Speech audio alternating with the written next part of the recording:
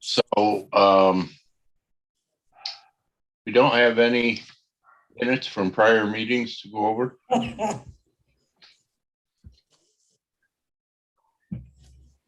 Yes, I know. So we don't have any minutes from prior meetings to go over. Not at this time. So do we have anybody here for the privilege of the floor? Yes, I believe there's one person. Well, actually, I think he's just here to speak about the project. So no privilege of the floor, persons for privilege of the floor anyway. And it's been a while since we had a meeting, so do we need to hear from the town board liaison? I see that's not on the agenda, but I don't have anything prepared okay. because it wasn't on the agenda. I did look. Oh, good. All right, we'll move right into project at 168 Salmon Creek Road. And 184. I'm not sure I can tell what's going on with this from the information that we have, but I'm sure that'll be explained to us. Jerry, are you gonna officially make Yes. Dale and I voting members? Yep, that's not on my agenda, so I didn't read the, yeah, let's activate Dale and Tom as voting members tonight, Okay. since we are missing two, at least. TJ, do we want to bring them in? I believe John may be able to give some background information, and yes, I'm happy to admit the applicant whenever you're ready. Okay, John. What is going on with this? It looks like two people have decided to join two sets of properties through a back lot that runs through the creek. Is that what I'm seeing? That's what you're seeing. So the owners of 168 Salmon Creek Road, Mr. Maston and his partner, have purchased 184 Salmon Creek Road, which is that landlocked parcel to the rear. And what they'd like to do is to absorb the lion's share of 184 into 168. So a lot line adjustment to combine not the entirety of 184, but a couple of acres worth. So is this something that you are just bringing in front of the board as a cautionary action, or because it seems to me that's something that could be done in the planning office without too much difficulty?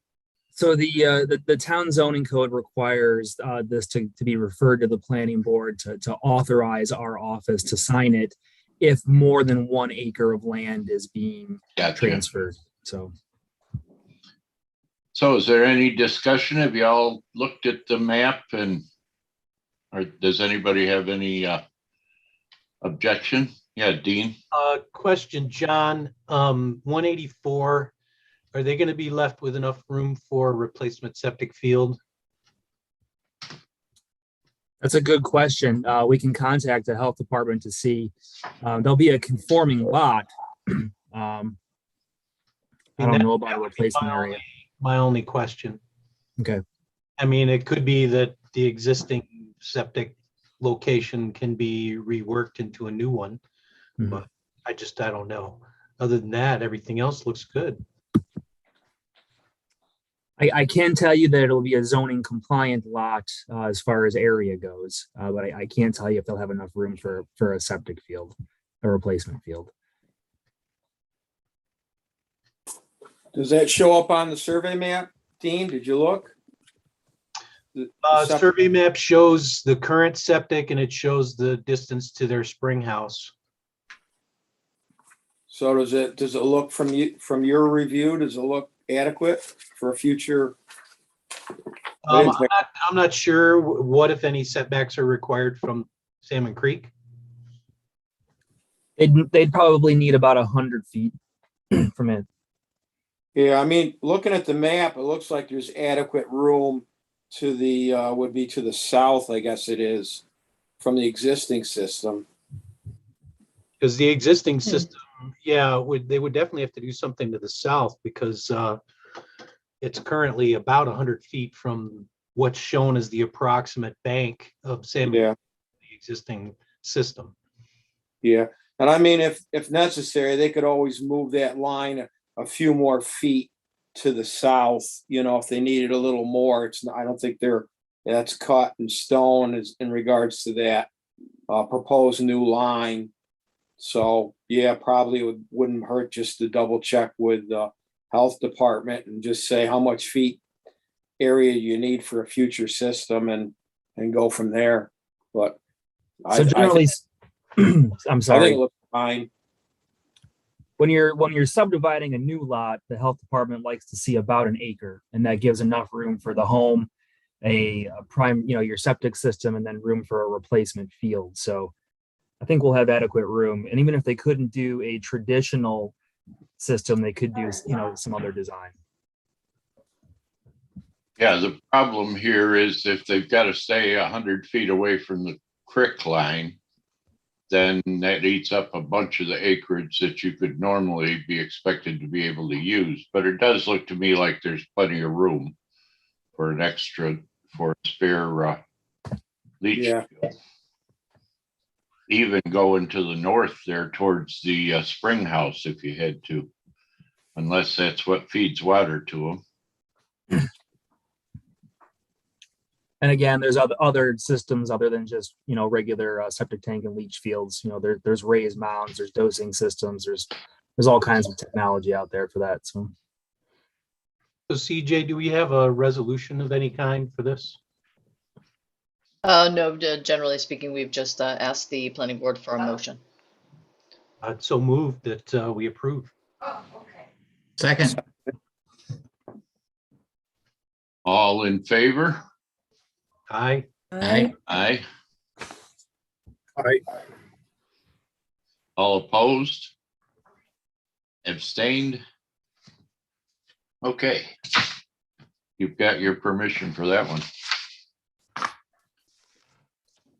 So the next, the local law entitled short-term rental property rentals. Has everyone had a chance to look that over? mhm. Is there any discussion? Yeah, I sent out some concerns from Yeah. a local landlord. Did you all get those? Yeah, Yeah. And I thought most of those points were pretty good. I agree. I also found some typos, but I can't remember where they were because I was reading it on my tablet. I also wondered if there would be a need to differentiate a short-term from a long-term rental. I think it's in there, Going up to 30 days. page 2, 4C and 4D. thank you. So one of the items brought up in Al's email had to do with the differentiating between short-term rental in a house and short-term rental in an RV. Mhm. We see that needs to be addressed, or we think that's going to be a problem? It depends on whether you want to revisit this or not, because, I'm thinking you have to address non-housing units in some way. Those could include RV sites, glamping, Tents. tents, platforms for tents, glamping, camping sites, lean-tos, and then, you potentially have houseboats or whatever else. Houseboats and sailboats probably are already being used without anybody knowing it. Right, and if those are docked or they're using anchorage that goes with a residential site. So yeah, you have to also look at, are there any associated things that could be done short-term rental day use, like beachfront or docks, boat anchorage, parking spaces. You know, if next door they're going to have short-term rentals, and you decide you're going to rent your parking spaces to them.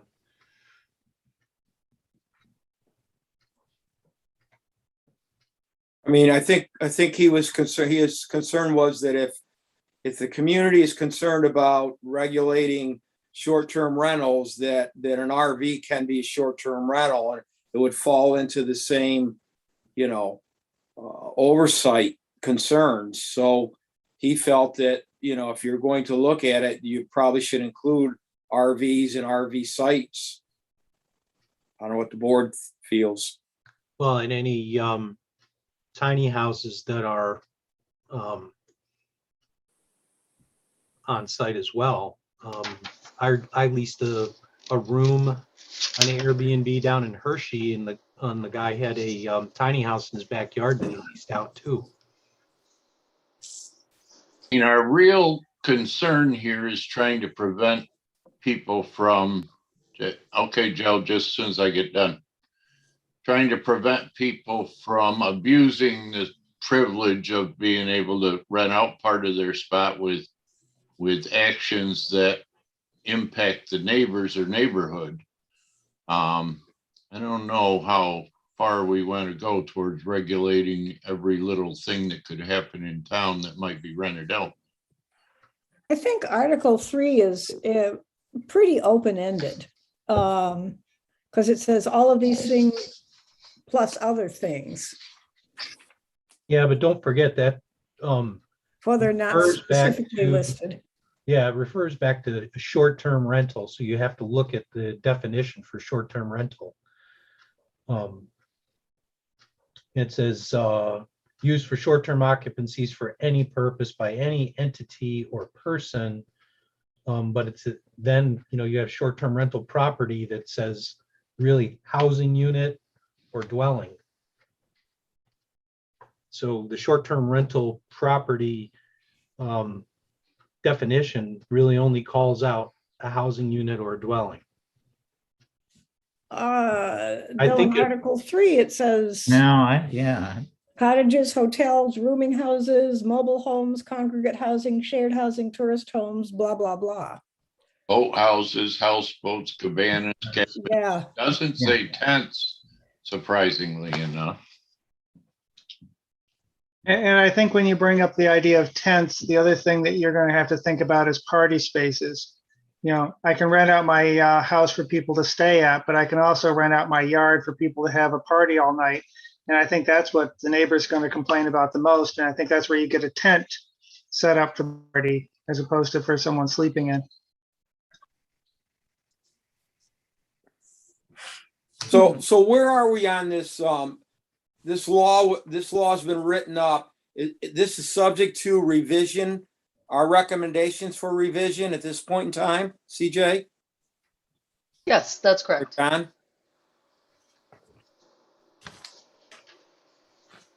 I was wondering so the county is the one that's going to track down where these rentals are, is that right? Yes, through the new platform that they have set up, and I might be able to log on and show it to you, but And in they're any gonna- event, yeah, They're gonna tell us where in Lansing these are and all that. And do they have a set of separate rules and regulations? no, the county does not have Okay. any, obviously with, well, the reason they set this system up, really, I think the crux of it was to just get a handle on where people were renting and just to make sure that folks were paying room tax. I think that was Right. maybe the most significant driver for the county. But the nice thing about that for us is that we essentially can kind of glom onto that system and see exactly where properties are being rented. And it does scrape a lot of different sites. And let me see if I can find the login here. But So it scrapes Airbnb, VRBO, HomeAway, and a whole litany of other sites. It matches them. And also the thing that's, I think, really nice about it is that it provides a code enforcement platform.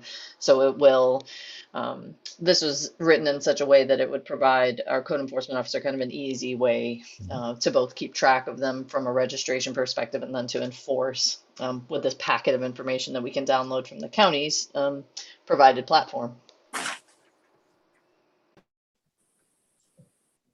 But the actual regulation comes from the town. Yeah, okay.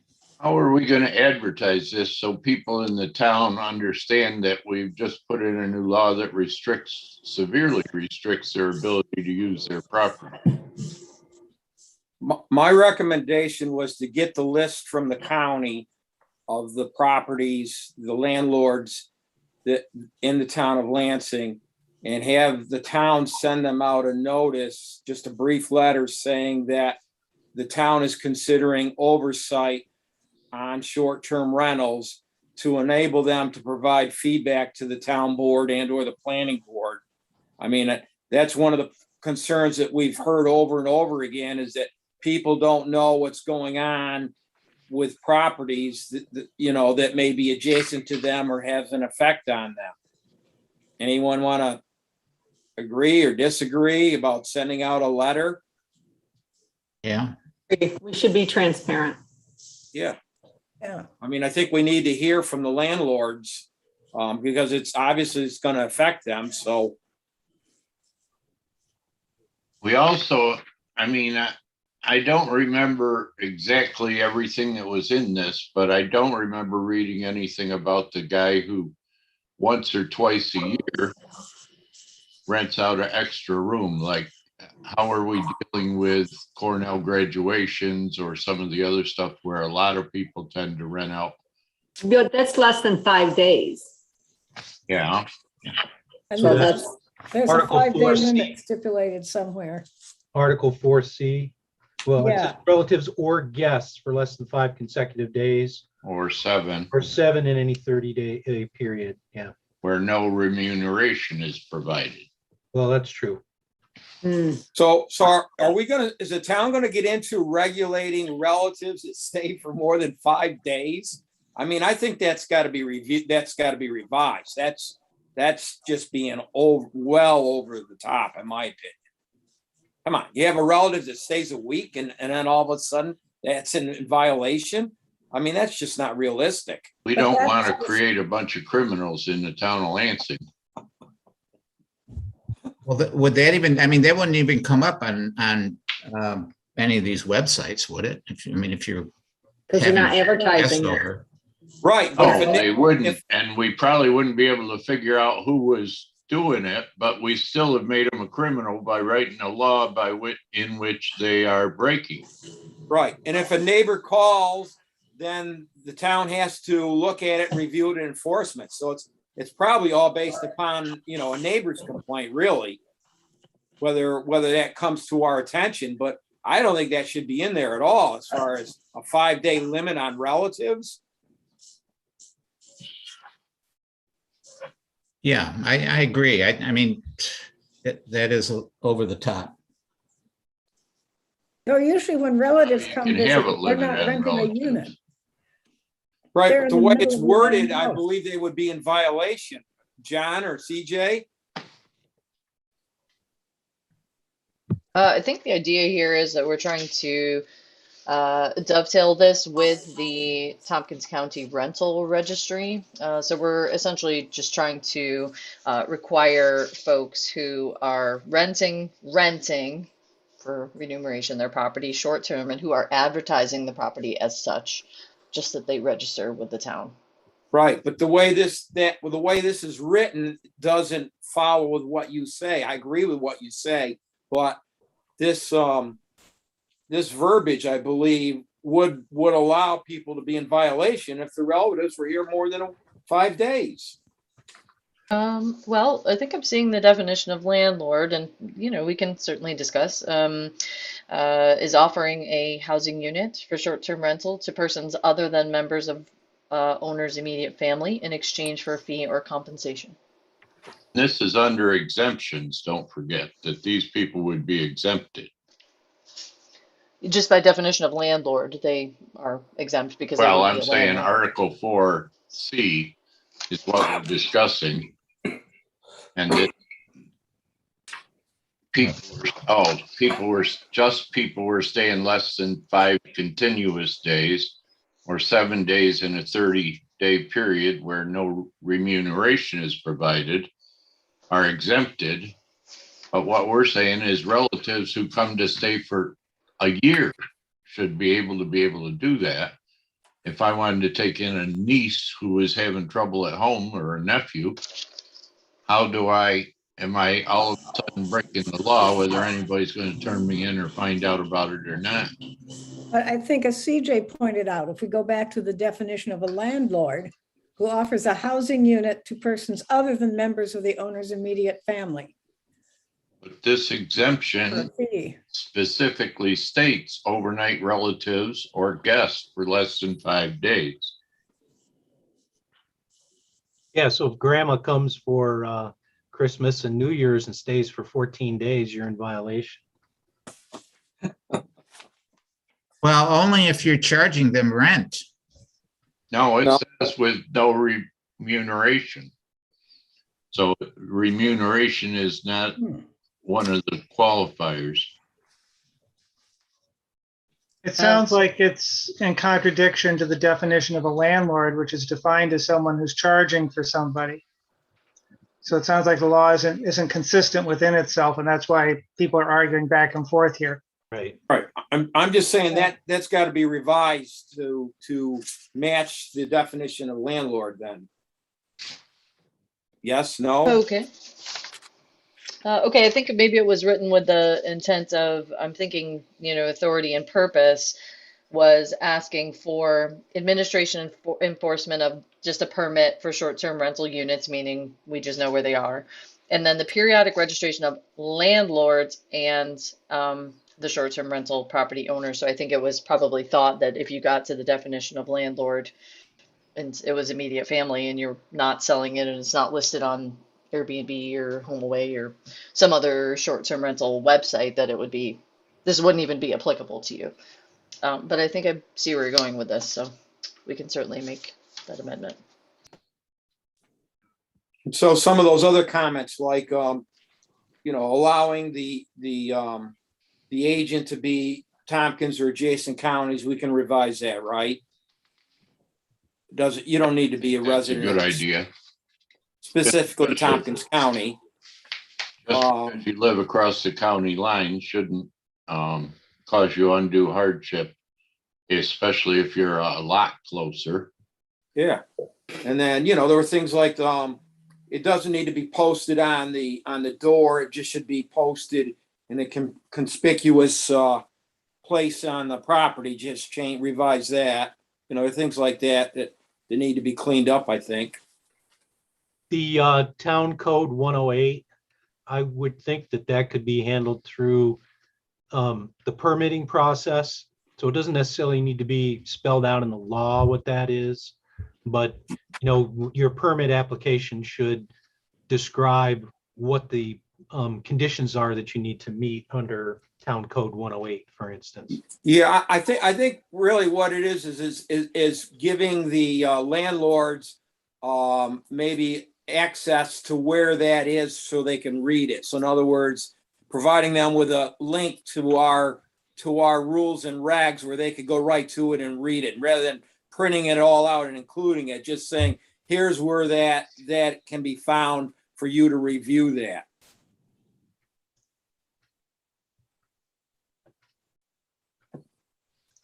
I concur.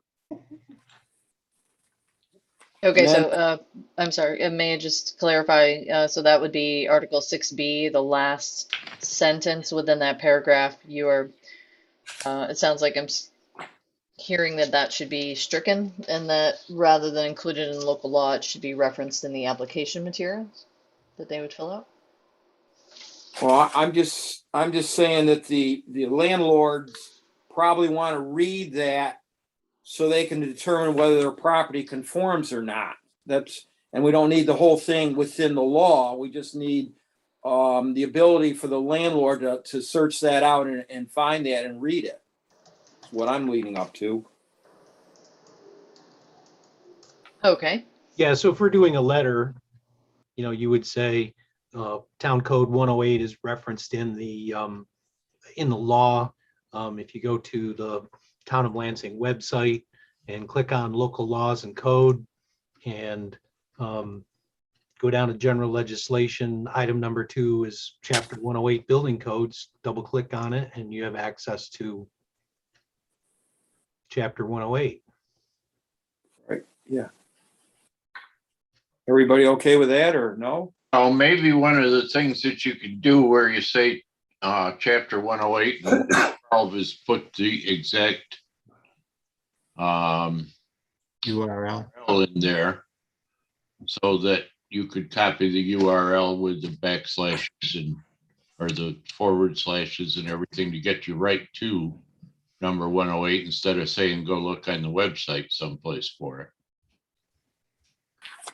It wouldn't be much to just add that URL in there, I think, in a set of parentheses. On the application materials, correct? Or on the website, or In the both? law. Yeah, I don't know if John, if you, for property maintenance inspections, if you have a checklist, but it would certainly be probably a handy thing for a landlord to look at who's considering doing a short-term rental if you had an inspection checklist. Yeah, I think the other concern was what's the definition of substandard condition? How are you going to define that? That's a pretty gray area. That would be according to the code enforcement officer in the building code, right? Right. I want to quickly object to putting URLs in the law because every time we change the URL, we have to revise the law, and I think that's a bad thing to set up. No, I don't think for the law. I think if we're sending a letter out. Letter's fine, not in the law. Oh, yeah, absolutely. Okay. How about the definitions of substandard and repeat offense? What's a repeat offense? Is it 2 within a certain time period or 4 within a, it just says repeat offense and substandard. And to me, that's pretty broad. I thought So, somewhere to they me- said within 2 years. Was that What's right? that? Substandard to me means you're just not meeting whatever the law dictates. Okay. That's a substandard condition or non-compliance or a violation. You're just not meeting the letter of the law. Okay. And then how about repeat offenders? What's considered? More than once. So a second within any time period, or 2 within a year, 2 within 5 years? I think it would be definitely useful to define that, because you don't want to be beating people with a stick. If they have 2 violations in 2 years, that's, or 5 years, that's a long time. So it would be useful. Do you have a suggestion for that? I don't. I just think it should be defined. I don't know what's good and what's bad, what would be problemsome. Is this referencing Article 6, number Y 1, 2, 3, 4?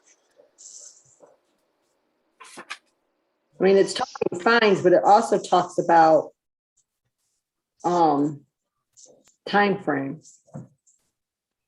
Oh, it does? Well, second violation occurred within 2 years of any prior criminal determination of any other violation. Oh, I missed that then maybe. But that's the second violation. And I said incarceration up to exceed 120 days. I mean, we're putting people in jail over this. I just think that's a little over the top.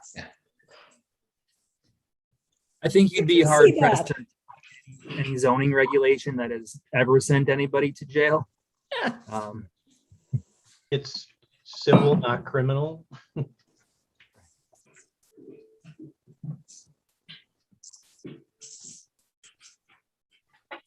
Well, I think that was Article 7D. Is that where you were, Sandy? I was on page 8. So under Y, enforcement. Yeah. Let's see. 7D. I don't know. Yeah, within 2 years, maybe even 2 years is too long. Maybe it should just be 1 year. Well, are we talking two violations of the same thing? So the second, if you're inspected and you're missing a piece of tile on a floor and you come back 3 months later and that piece of tile hasn't been remedied, are we talking about that? Or are we talking about missing a sink stopper and a piece of tile? And the first time you catch a piece of tile and the second time you catch a sink stopper, that's two violations. Is that enough to start this procedure? Well, the number 2 there on page 8 says any violation that is found to have occurred within 2 years. Okay. So it's any violation Well, that's a A little, violation. within 2 years. So, I mean, I read that as it's got to be the same violation. Is that right? I don't think that's what it says, but that would be, I would think, I mean, the health department and the building code enforcement and almost everybody gives you a lot more leeway than that. And this is pretty strict for a short-term rentals law. I mean, you give people a little bit of time to do something and you go back and check it. And if it's been fixed, even if it ends up being a year later, you go back and inspect and find the same violation even. You inspected in between and found it fixed. I mean, you can't hold people responsible for the many little items that can happen in that period of time. You're saying it resets, so you get a violation, like, I'll use, the smoke detector. That's, There you go. so you have a Smoke violation. detector's life safety. So Right, you want to so- go back and inspect 10 days Right. after that. But Right. I think, I think this has to go back to life. life. I think this has to go back to life safety, Mhm. egress and life safety.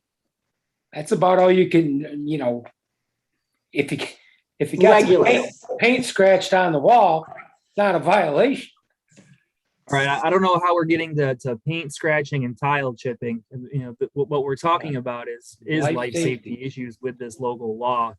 And, the way that enforcement works is when somebody violates the law, you ask them to remedy it. And if they refuse to remedy it, you then issue a notice of violation and an appearance ticket that's served on somebody. And then they have to go to court in front of a judge and explain why that's not working. And that's where these violations and fines come in. If somebody fixes it, you're good to go. That's you notice somebody that they're non-compliant. You're asking them to correct the situation, and that's the process working well. That's not somebody being in violation and being fined. It's when folks refuse to fix things, when they refuse to remedy things that have been ordered by the code enforcement officer, that you then need to take it to these criminal or these civil violations.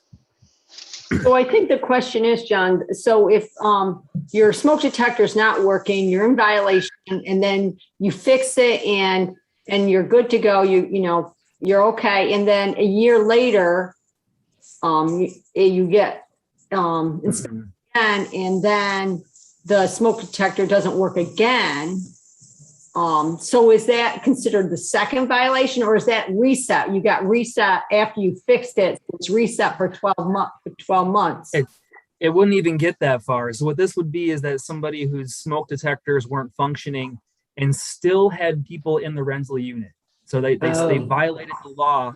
They've been noticed that their smoke detectors weren't functioning. You're not allowed to have people here until you remedy that. They went ahead and did it anyway.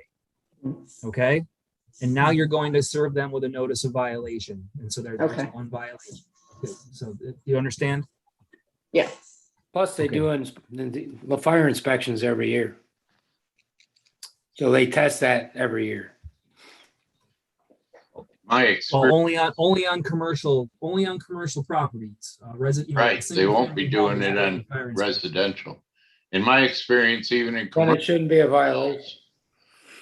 even in commercial hotels, smoke detectors are the biggest problem because almost everybody knows how to take one down and unplug it and then put it back up so it doesn't bother them. Pull the battery and unplug it. We find that in hotels all the time. The guests do that for some reason. I can't imagine what they're smoking in the rooms that they don't want anybody to find out about.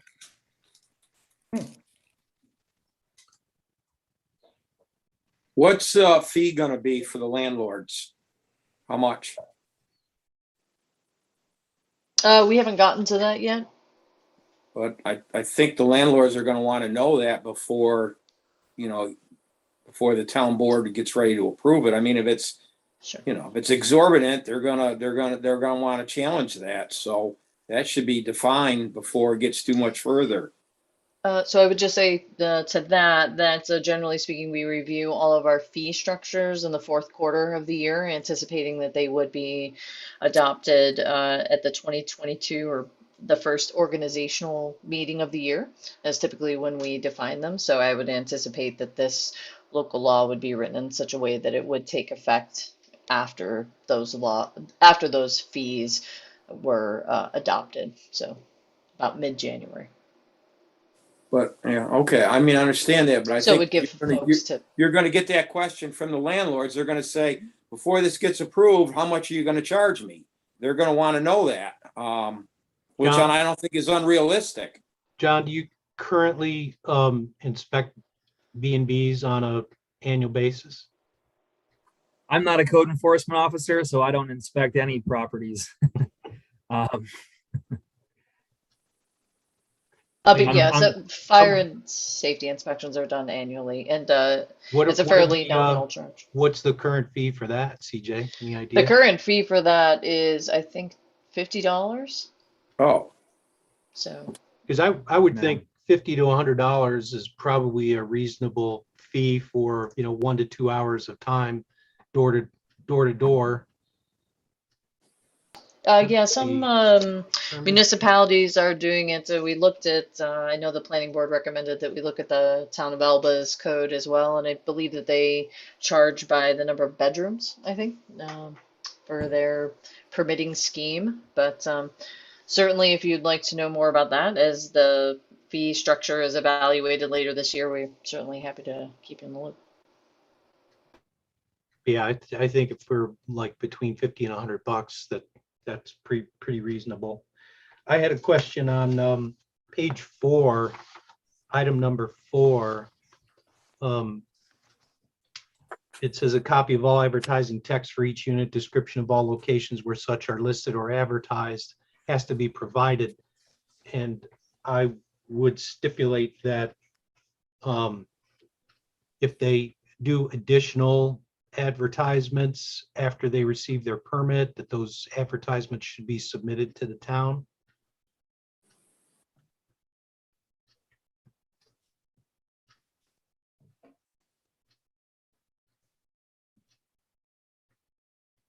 Do you mean if they are advertising for additional properties or just Well, revising it's their original? asking for all advertising. So let's say they advertise it as, 1 bedroom is what they're renting out, and they get their permit, and then they go on VRBO and advertise for 6 bedrooms, Right.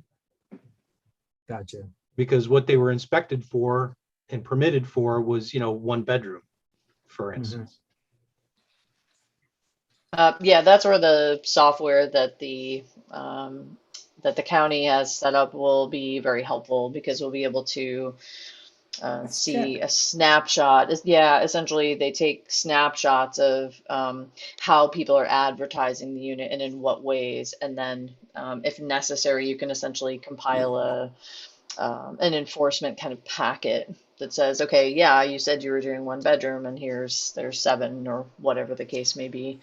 And it's easy to basically bundle that up and make it into a package for the Who's enforcement officer. responsible for policing this?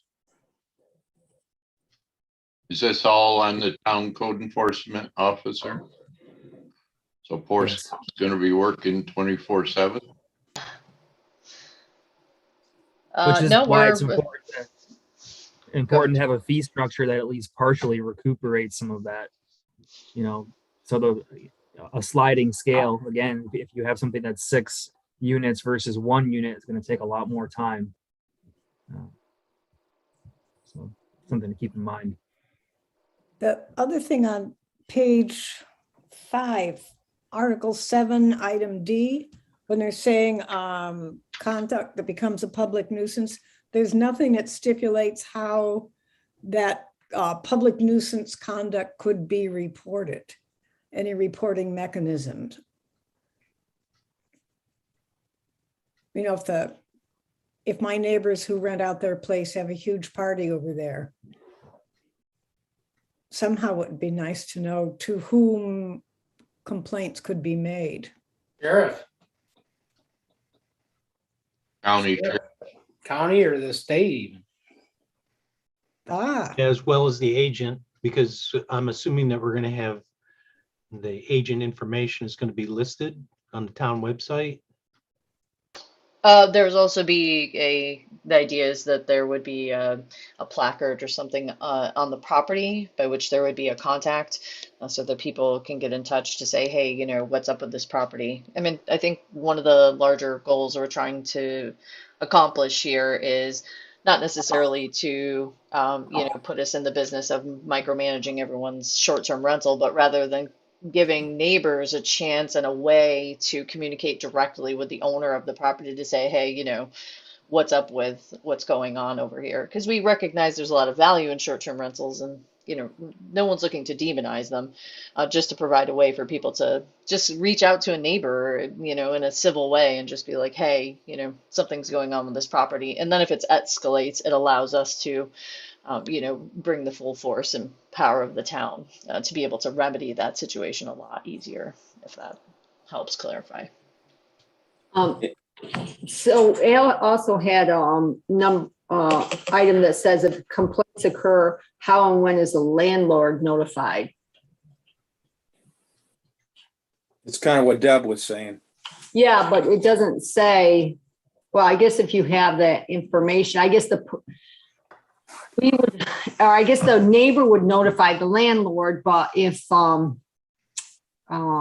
weren't able to or whatever, I guess at some point the police would if the police got involved, they would also reach out to the landlord, correct? So, okay, Well, so I guess that depends on the issue. I mean, if somebody is being disorderly, that's not so much on the landlord, I guess, as on the person actually committing a crime. If somebody were to be complaining to the town, you know, pretty much all of our enforcement is going to be tied back to the owner of the land. You're the person who's ultimately responsible for the conditions of that permit, not the person renting, but the landlord. So all of our communication is going to be with the landlord. So are these contact phone numbers and emails going to be available to the public on the town website? No, the idea would be that the owner of the short-term rental would provide a placard or something on the property by which to allow neighbors or whomever may having an issue, the police, what have you, to contact the owner directly to remedy whatever the issue is. We are going to take that information. So if someone complains to us, right, like for instance, someone says somebody's building a deck without a permit. I'm really worried because it looks, you know, unstable. They can call our department. They could send an email and they could say, hey, you know, I'm really concerned about this. This is not cool.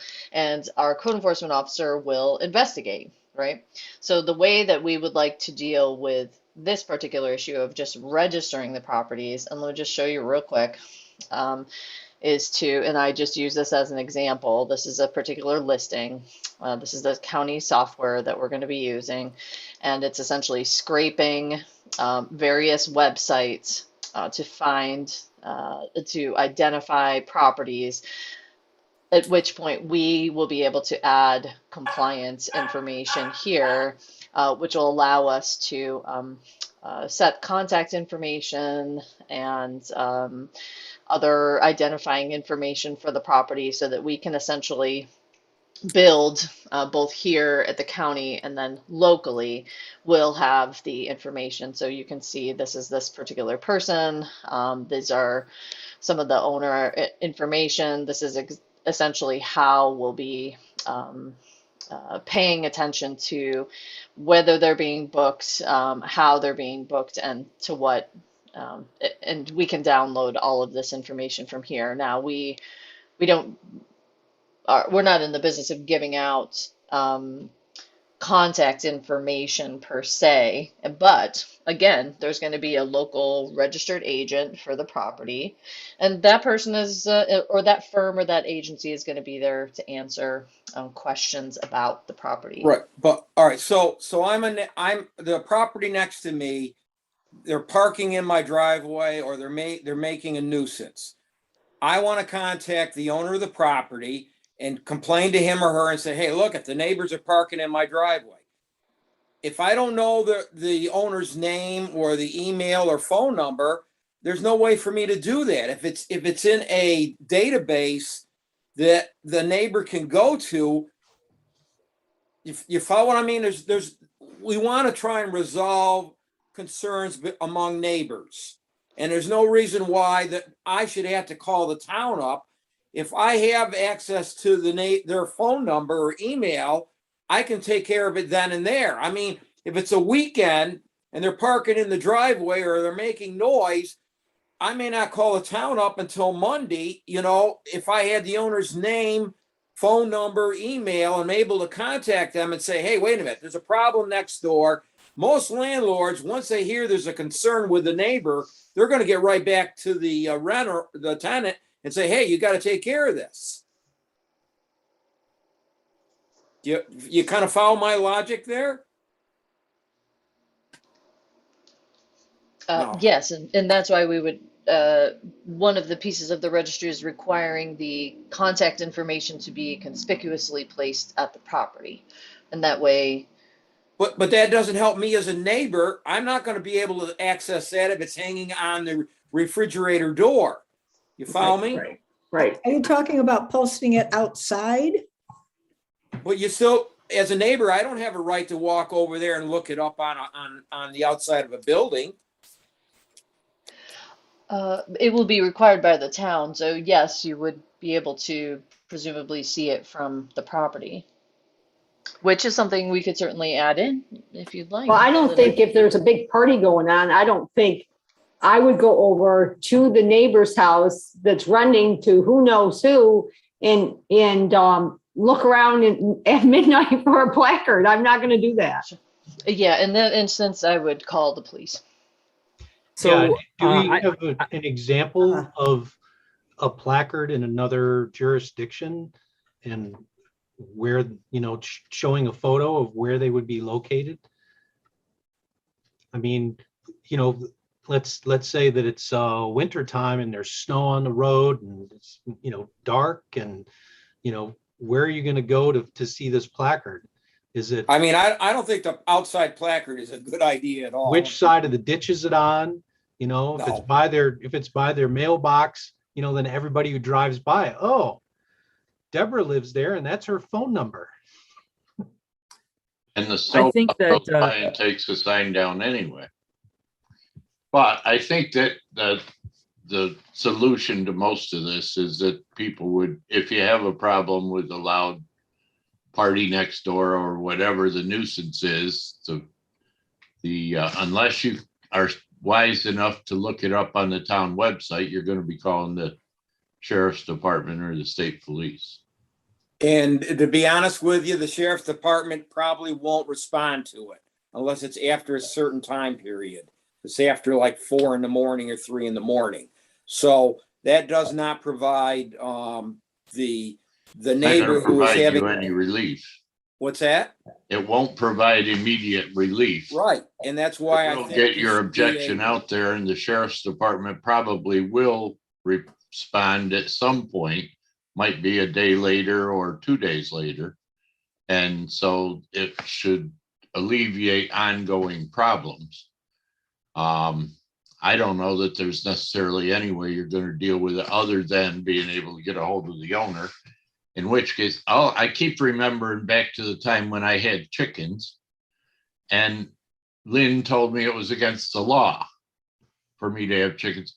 When I put chickens in, it never occurred to me that the town had a rule against chickens, or that I should be looking for it, or I should scrub the town website trying to find out whether I could keep a couple pet chickens or not. And so this is going to run into the same thing where the next door neighbor, unless we have some instruction out there, is not going to have any idea what the remedial is. Go ahead, John. I think I've actually seen other communities with local laws that require that at least adjacent neighbors be noticed that there's a short-term rental property registered with the town, and to provide that same contact information. Yeah. I can't recall where I've seen that, but I'm fairly certain I've seen that, and that might be a good idea here. I'm sure it would work initially, but 10 years down the road when the people have moved and somebody else has moved in, and I mean, the contact information is going to end up being gone. But somehow we have to get people in the town used to looking to the website when they have a problem with the town, that they think there may be some remedial action to be taken. I agree, Jerry. Initially, it's a good idea, but the neighbor's gonna see it. He's not, or she's not gonna hold on to that contact name, email address. They're gonna file it away. It's gonna get lost. And then a month down the road, if there is a nuisance, they won't have access to that. As soon as to me, they it should change be in a- refrigerators, they're going to lose it. should be on a database somewhere that a neighbor could access, but I don't know if there's privacy concerns where that's not possible. I don't know. I mean, I would definitely have privacy concerns if it was me, but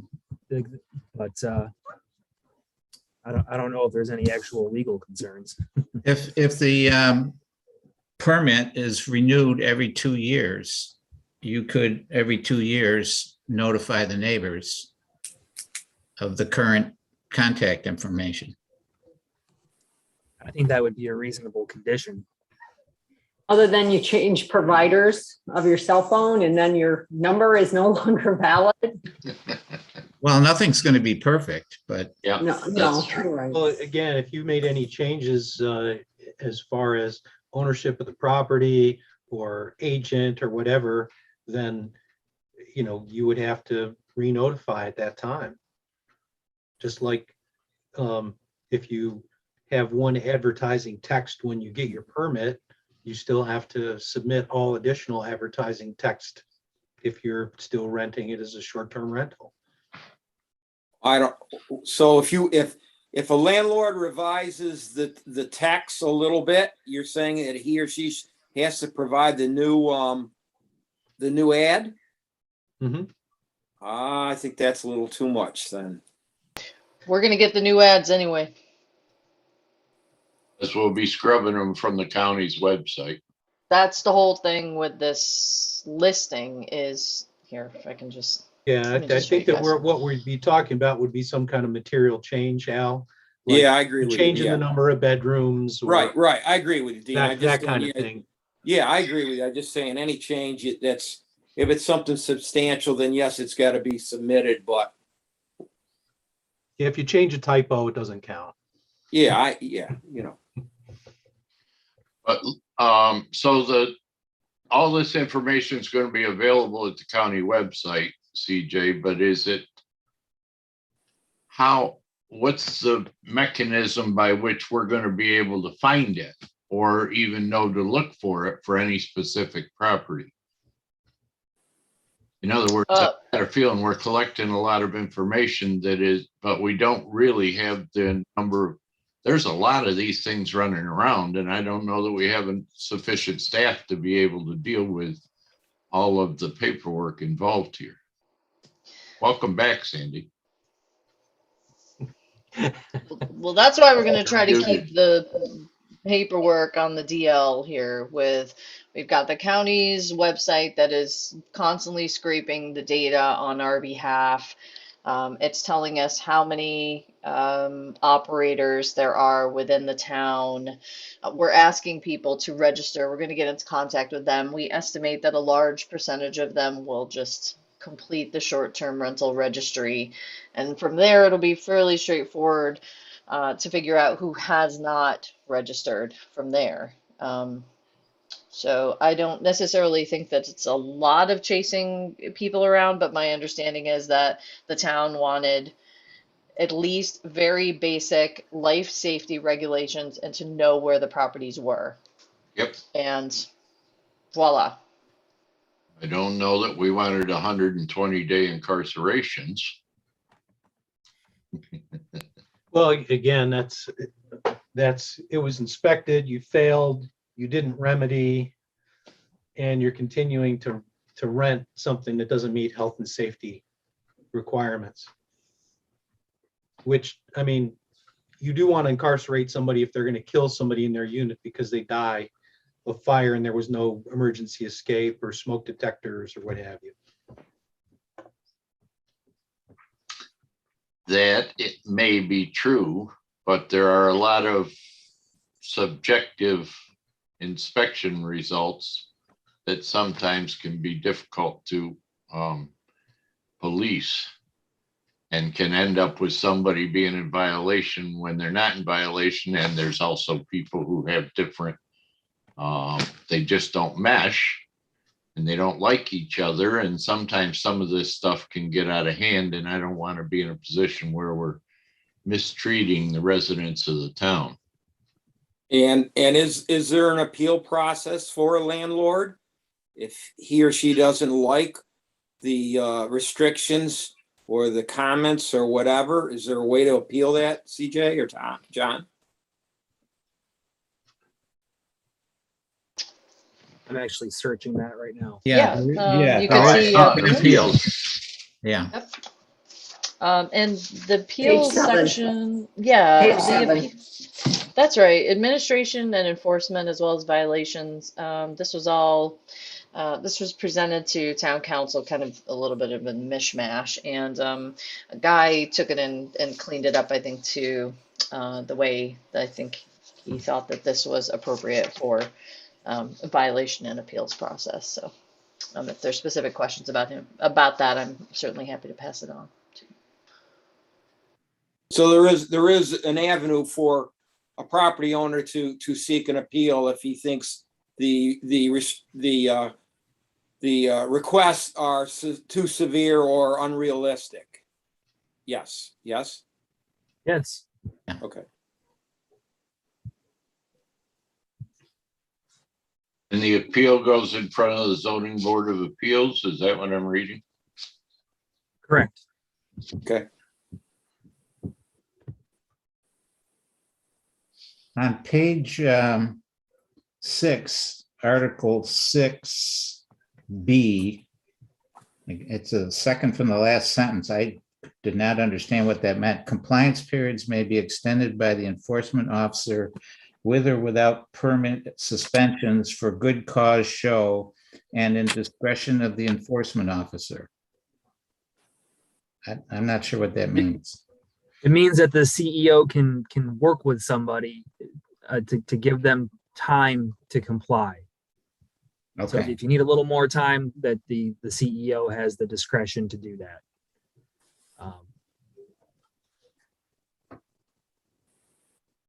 Okay. Like you said, sometimes people don't know that something's a violation, and we'd want to give them a chance to remedy it first before, pursuing something obviously much more punitive. The town is just looking to ask people to register their properties and that they be safe, not looking to give people a hard time. By the time you're getting to section Y, yeah. And sometimes it takes people time to fix those things. No matter, if somebody needs to have their septic system remediated, It may take the county longer than 30 days to get to them. And we don't want to, we don't want to penalize the homeowner for that side of things, as long as they're making a serious effort, you know.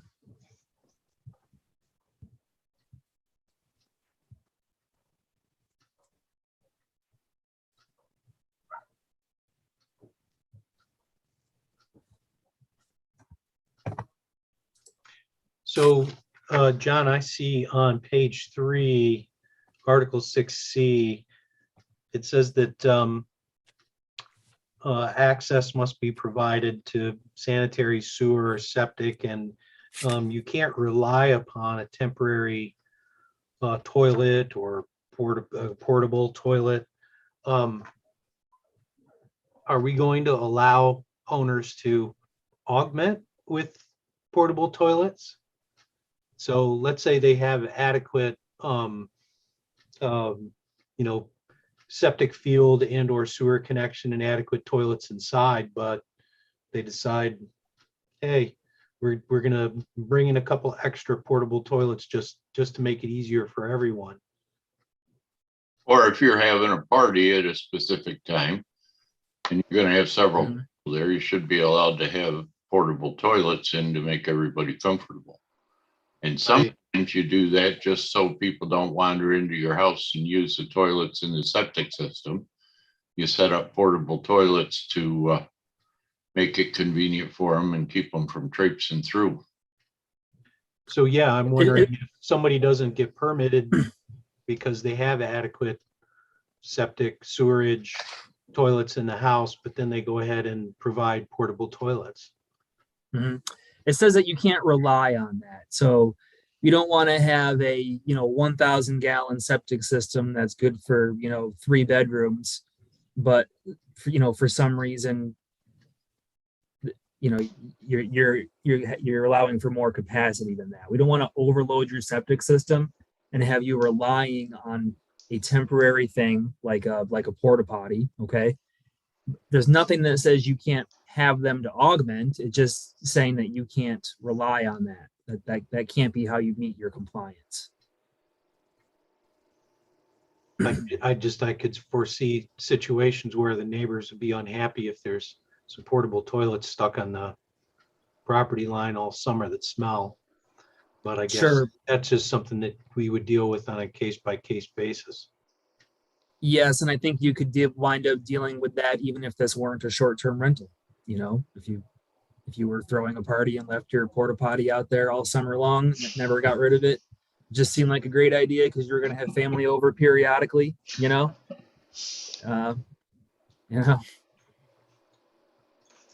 limited to short-term rentals is what I'm hearing. Yeah. So CJ, I didn't see the fee schedule on the website for things like inspections for bed and breakfast. And I agree with John that you definitely have to take into account how much time you're spending, how many units there are to inspect. But as Al said, that's definitely something we want to get on and at least have a rough draft of what the fee schedule would be, even though it's not quite the fourth quarter yet, till the end of the week. Yeah, I thought that we had our fee schedule on the website. Don't get me started on the website, but yeah, if you can find it and shoot me the link, I'd appreciate it. let's see. Oh, maybe. I'd go under permits and licenses and I see building codes, permits and applications. Marriage licenses, dog licenses.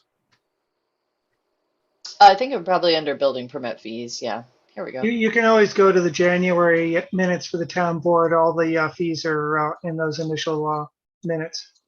Hey, everybody, let me just drop these in for you.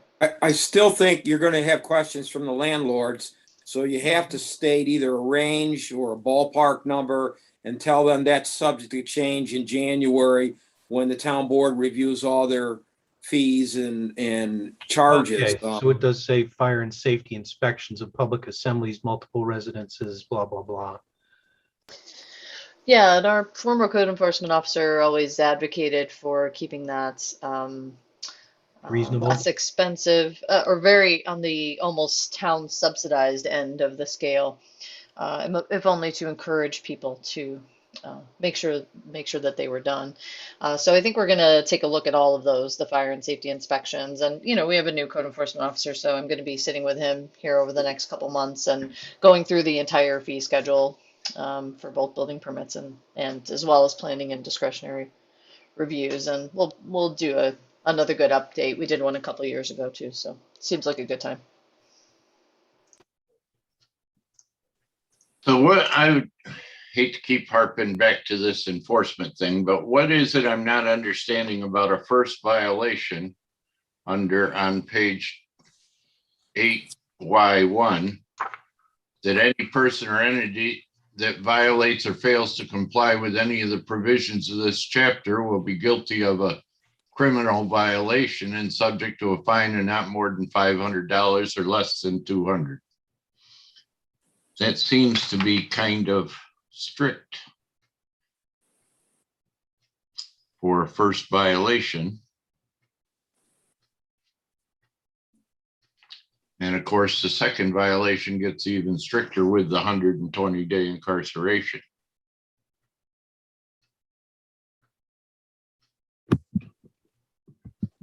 I don't think we have any town laws that require that kind of thing for a first violation. I guess I would look and see if you operated a B&B or similar rooming house or something like that that requires an annual inspection, what kind of fees or penalties there are for violations there. Well, I know when we have fire inspections at the hotels, we are not threatened at all with criminal anything nor fines. We are threatened with shutting down the property if we don't comply. And of course, all violations are given a time period with which to comply. And every now and then one slips through and is caught on the next violation, at which it's, or the next inspection a year later, which is taken care of. But there's no $2,500 or $500 for first violations or jail time involved in any of it for any of the counties in which we own hotels, which is only 6. So if you don't comply with the stormwater regulations, you're found to be guilty of a criminal violation, and a second violation, you're found to be you'd be guilty of a misdemeanor, and so There you're talking about a professional developer. Here we're talking about a homeowner who's renting out a room to somebody. There's a difference in attention paid to the whole thing. I mean, I agree that you need to have some teeth to it, but I think these teeth are a little large, especially for a first violation. I don't think first violation should carry a penalty period unless they become a second violation if it's not repaired on the reinspection. Well, even the second violation, even though you're saying that that's the way it is at stormwater, I still think a misdemeanor and a fine not less than $500 or not less than $500, I think that's severe as well. And then you're even talking about incarceration. Come on. And I think that you can pull their permit, and if they still continue to rent, then we have to have something for that. But I don't think that for process violations, even if they're life safety on a first violation, in other words, it's the first time you're informing them of something they didn't know to begin with, and you have to give them a chance to fix it without penalty. Right. Well, they have that. They'll have a period of time to fix after they're notified that it doesn't pass. It doesn't say that in number 1 under Y. It says if you violate or fail to comply. But if you have a violation, your first violation has got a very strict penalty there. That's if you're found guilty of that violation. So again, you have to be, you're served with a notice of apparent violation and an order to remedy. You're given a chance to fix that. If you choose not to fix that, then you're issued an appearance ticket and you go in front of a judge who then allows you your day in court to say what happened. And then the judge would have to find you guilty of a first violation. So I don't disagree with you that maybe you want to think about revising the fines to rather than putting a minimum, just putting a maximum, I agree with what you just said, John, as far as you're explaining how it should be, that you're not talking about a violation of, like, the smoke detector got taken down and was sitting on the bed during the inspection. That's a violation of this chapter. And the Y starts right out saying that the enforcement officers are authorized to issue appearance tickets for any violation of this chapter and all provisions of New York state law to misdemeanors. But then it starts right out with number 1 in the remedies as being a criminal violation, violation. And I think that is, we're not trying to make criminals out of these people. We're trying to interest them in their best interest. We're trying to have them provide safe places for people to stay and not be, some people may not understand what that means when they decide to rent a place out, that they have to be aware of egress and fire alarms and the rest of the safety protocols that we deal with often. But I think this is way too severe for this kind of a law. I think we should probably defer to our legal counsel on it, honestly, because I understand your concerns, but I feel like we're kind of getting into the semantics of it. And I'm not legal expert enough to tell you if that has to read criminal violation or if there can be some lesser thing. Like civil violation. Right. I Yeah. think, Jerry, And you're still thinking about your chickens.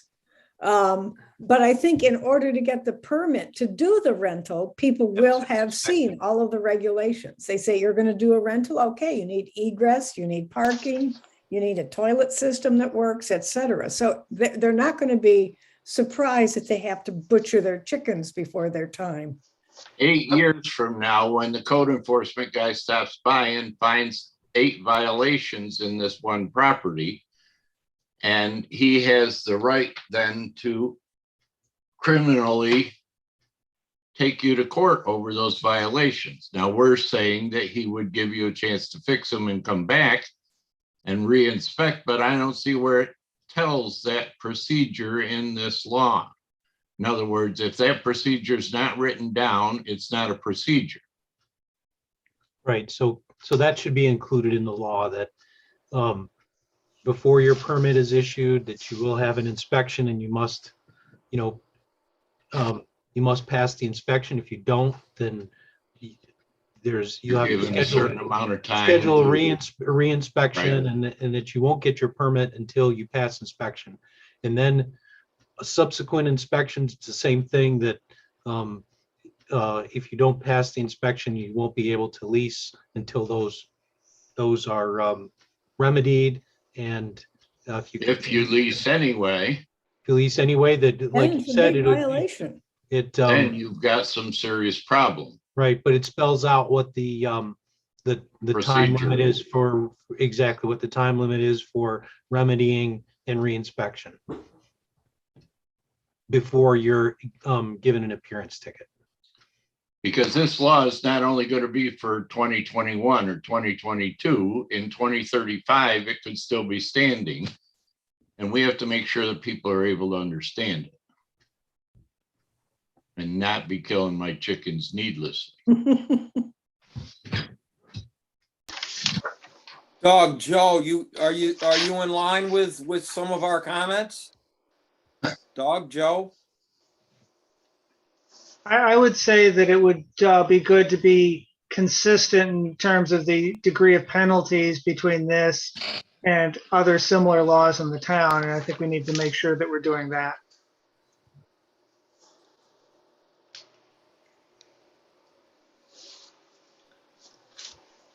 You asked for comments, Doug. You got one? You want to hear it? Certainly. No, I've got no problem with it, and I don't think it's that complicated. As far as, a reasonable inspection, some safety, health, safety stuff, some whatever that may be, and compliance with it. And seriously, they get looked at every year. Every year there's an inspection. So, I don't see why someone that wants to rent their place out won't comply with that. We don't inspect them at the present time, do we? Yes. We We got a fire inspector going around commercially, but this is commercial anyway. Like it or not, they're taking taxes out of it. It's commercial, right, but not at the present- residential. So at this the is going to present fall time- into that. This is going to fall into that. Has to. And so this is going to come through the fire department, or is it? Well, whoever the fire inspector is right now, I'm not sure who it is. I know in Cortland, we have, it's the fire department, and in the village of Lansing, it's code enforcement that comes. and Right. does. So I'm not sure who does it here, but it seems to me, how many of these things are in the town? 236 or something, did you say once? CJ? 143. So 140 Wow. at the present time. Wow. It's a lot of inspections every year on top of the commercial inspections that already fall on the code enforcement's officer. Mhm. And so I'm wondering, what's the next step in providing the ability for somebody to do these inspections? It's gonna be up to the town board, I think. Better hurry up. Well, I'm not sure that the fee structure is necessarily going to support another inspector unless we have, and that's what we're going to be demanding of whoever is there. I mean, of the planning department, they're going to need to have another inspector in code enforcement in order to officiate this. Yeah, they may be able to clump the inspections or cluster them together by restricting, days and hours that inspections will be available. So you might not be able to inspect more than 4 hours a day and maybe only 3 or 4 days a week, so that, that person is able to fill up their schedule enough to make it work. You could subcontract it out. Yep, that's true. We don't need to hire someone, I don't think. We are looking into shared services agreements. We have been for some time with Town of Ithaca and some surrounding municipalities, and also been looking. Scott's very proactive and has been looking to BOCES in Cortland has a training program for construction and building related trades, and has been putting some feelers out there for somebody. Maybe just somebody to do part-time inspections just to help us keep up with this. But we do anticipate this would be something of a rollout. It would be, a gradual process, as people, registered and came online.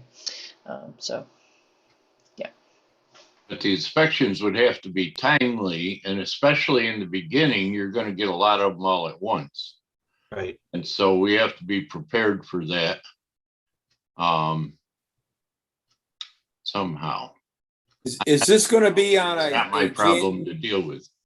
Is this going to be on a January 1st to January 1st basis, or a year from the time of application? I would assume that'd be year from time of application. Yeah, I would believe that the application would be good for 1 year.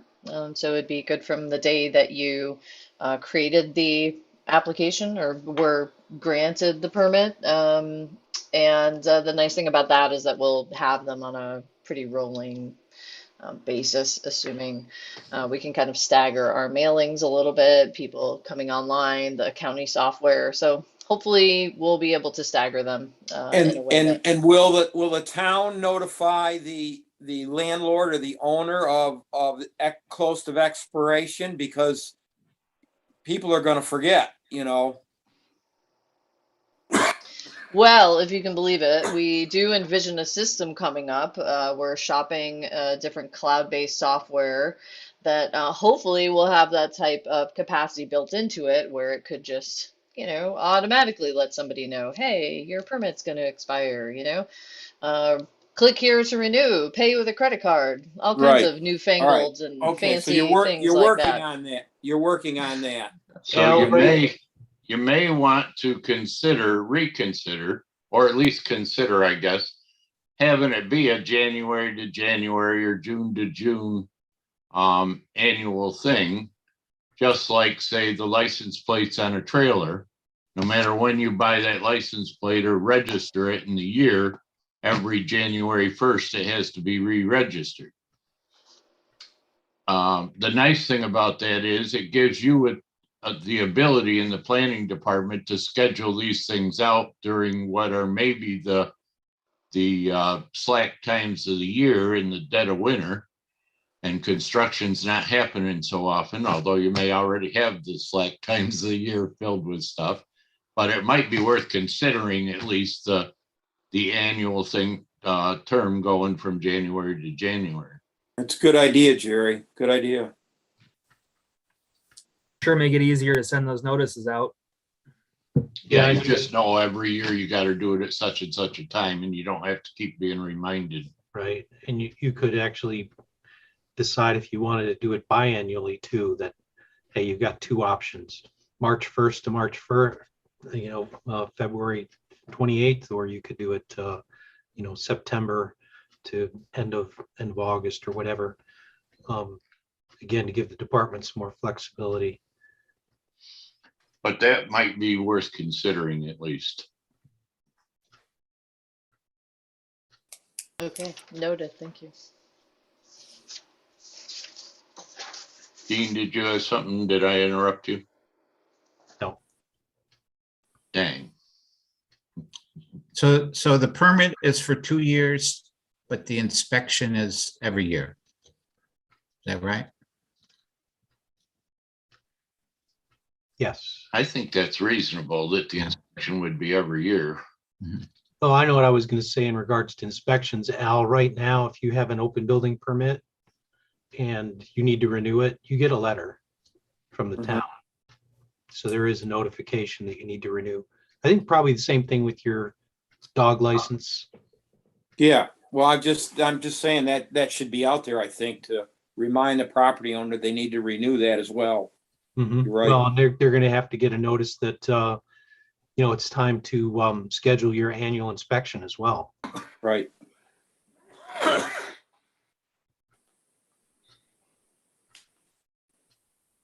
Well, we threw a lot at you guys, John and CJ. And we might also consider something, either a number or, something that people can add to their advertisement or website that, we've complied, here's our permit number for town of Lansing. Here's our past inspection date or whatever.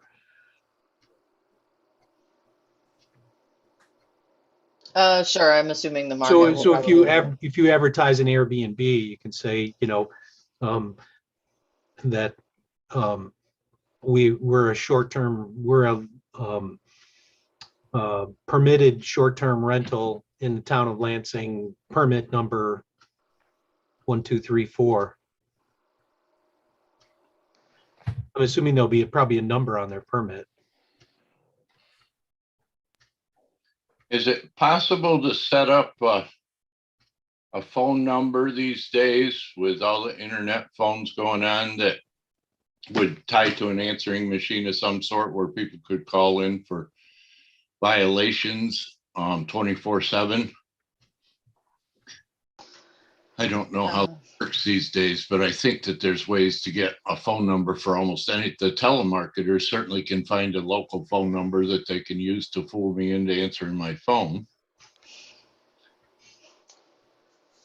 Yeah, so I think we're also considering as part of our web-based platform, ability for people to report violations to us as well on the website. And of course, they can always call us. But We're that there. phone number may be something that somebody's got a problem. They could call that number and get it to an answering machine, at least that somebody would respond at their closest possible times. People aren't shy about complaining. We get plenty of phone calls and emails. And We want to make sure voicemails. they complain to a machine and not to a person. No, we don't want to aggravate them and make them any more hostile, but I think I see where you're coming from. Well, in any event, what we'll do is review these changes with town council, and we'll get this out to town board. I imagine that they might at least do a cursory review at their next meeting on Wednesday, October 20th, if that sounds good to all of you. We wouldn't, so you'll go through and make the changes, but we wouldn't have a chance to look at it before the town board looks at it. Well, you're welcome to look at it again. We probably would not be able to do that again until likely Monday, November 8th, as next month, the second Monday of the month is a federal holiday, so we are close. Was everybody in agreement with what she just said?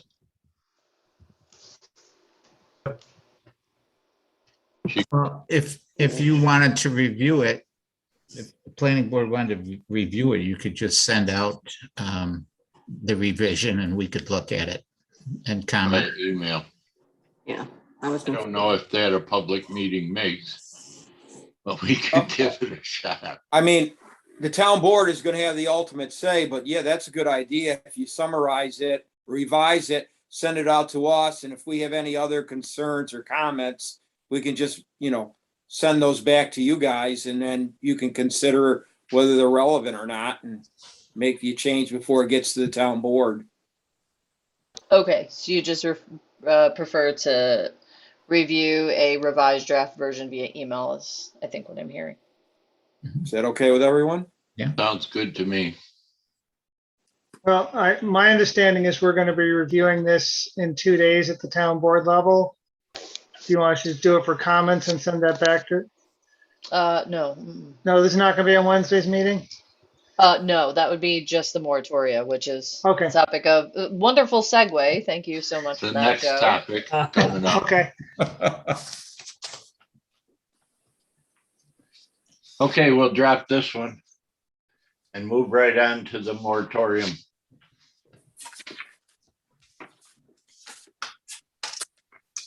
Didn't we take a vote last time as a planning board on this moratorium? CJ, John? Jerry? Yes, that's correct, that you did request of the town board not in place a moratorium, but my Did that understanding get is expressed to that the town board? Excuse me, CJ. I believe so. Town board members, of course, could concur or not, or maybe I maybe I mischaracterized, but. Yeah, that message was made to the town board. Okay, thank you. This resolution or local law seems to me that it's going to pretty much do away with the planning board for a year for all RA and, according to some people that I've seen on emails, B1, that there will be no site review or no construction period, no development other than single family residence. Is that true? Well, I think the planning will be involved in looking at the revisions of the zone. But no, I mean, as far as site plan review, there will be Right. site plan review and no development at all in the town for a year unless they're in what, B2, R1, R2, and R3. and industrial? And So, then so the R1. the proposed moratorium is only on the RA right now. Right. Did we do anything with splitting up the RA and the ag zone yet? Or hasn't that formally been done? I believe this would be your shot. This would be our shot during the moratorium, you mean? That we would rewrite the law? Yes. Well, I still don't like the idea of the moratorium, but Neither do I. I may be, and maybe that doesn't matter what I like. Jerry, could I? Yep, go ahead, Al. I got a question on section 6. It says exemptions. And if you go to D, it says traditional single family, when to be construction and in placed upon an existing lot. So it's saying is if you have an existing lot and you want to build a single family or two family home, that this isn't applicable. But what if you have 10 acres and you want to subdivide that out? That's not an existing lot. Will a property owner who has acreage and want to sell an acre or two to a neighbor or whoever to build a home, is that prevented? Yes, according to the way this is written, all site plan review ceases in the RA zone. Right, that's the way I Site would. plan, but single family homes in the RA don't require No, site but- plan review. If you have a 10-acre lot and you want to subdivide it and sell off 2 acres or 2 lots, that requires site plan review. No, that just requires subdivision approval. So minor subdivisions, exempt subdivisions, lot line adjustments, single family development. The only thing that the proposed moratorium is restricting is site plan review in the RA zone. And CJ, I don't know if we put this in the text or not, but possibly major subdivisions.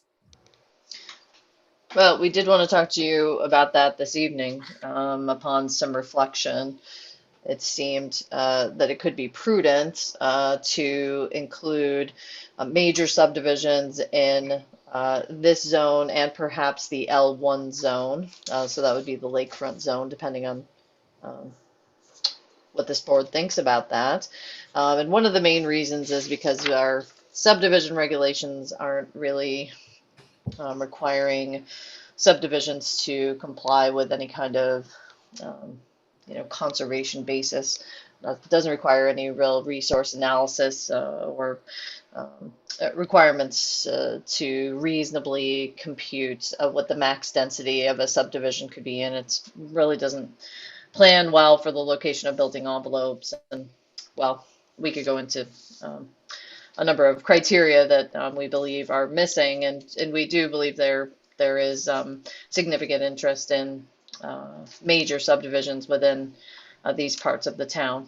But that said, I do know how the planning board feels about moratoria in general, and so we did include it in the scope that was included in your packet. It was like a 2-page front and back piece, kind of looks like this. And it does say that we would consider amending major subdivision as part of the moratoria along with the RA and Ag zoning district. But that said, given how there's also a town board impetus, it seems to also include the B1 zoning districts. I hate to play let's pick which you think is more important, but given that this is time bound and it does suspend development rights, we obviously want to be judicious with what we're including in And the it moratorium. suspends development rights in like 2/3 of the town, maybe 3/4. 3/4. I mean, a huge portion of the town, and there ought to be a damn good reason for that someplace. And I don't see what it could possibly be at this point.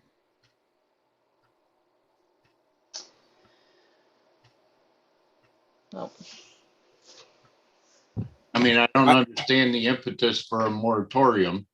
Right. Um, I don't think there's rapid or rampart or whatever the terminology is, new construction occurring in the town. I mean, if there was a lot of activity regarding commercial development in the town, I could understand it, but I don't think we're experiencing that. And I think we have enough controls as is right now to control the concerns that the neighbors or the public have. I think we do a pretty good job of that. we certainly would like to have more tools available to us for certain properties, but I don't think that we've ever been in a position where we wanted to spot zone. And in fact, we've worked against that for the most part, which is something that I saw here on a property by property basis when I was reading through some of that paperwork. It's all written very nicely in some sort of legalese that is almost beyond my capabilities to be able to understand it at my age. And I'm retired on Friday of next week. Woo-hoo! Well, I Jerry, think, can I make another comment? Yeah, go ahead. Then All Deb. right, I brought this up before and I talked with CJ and John about it, and I'll remind the board again. The assessment department on vacant lots, they assign a prime, so-called prime acre, and that has a large value. And that is under the assumption that that acre is a viable building lot.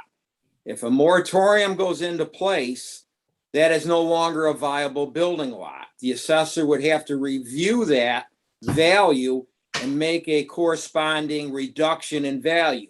It may go down to the so-called residual rate, or it may be cut in half, cut in a quarter. It's hard to say. It all depends on the assessor.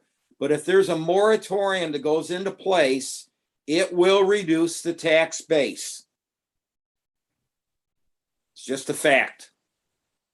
Al, can you tell me what the timeline is on that? When do they set assessments? When would that change take place? How does that work with the calendar? So it's a March 1st date.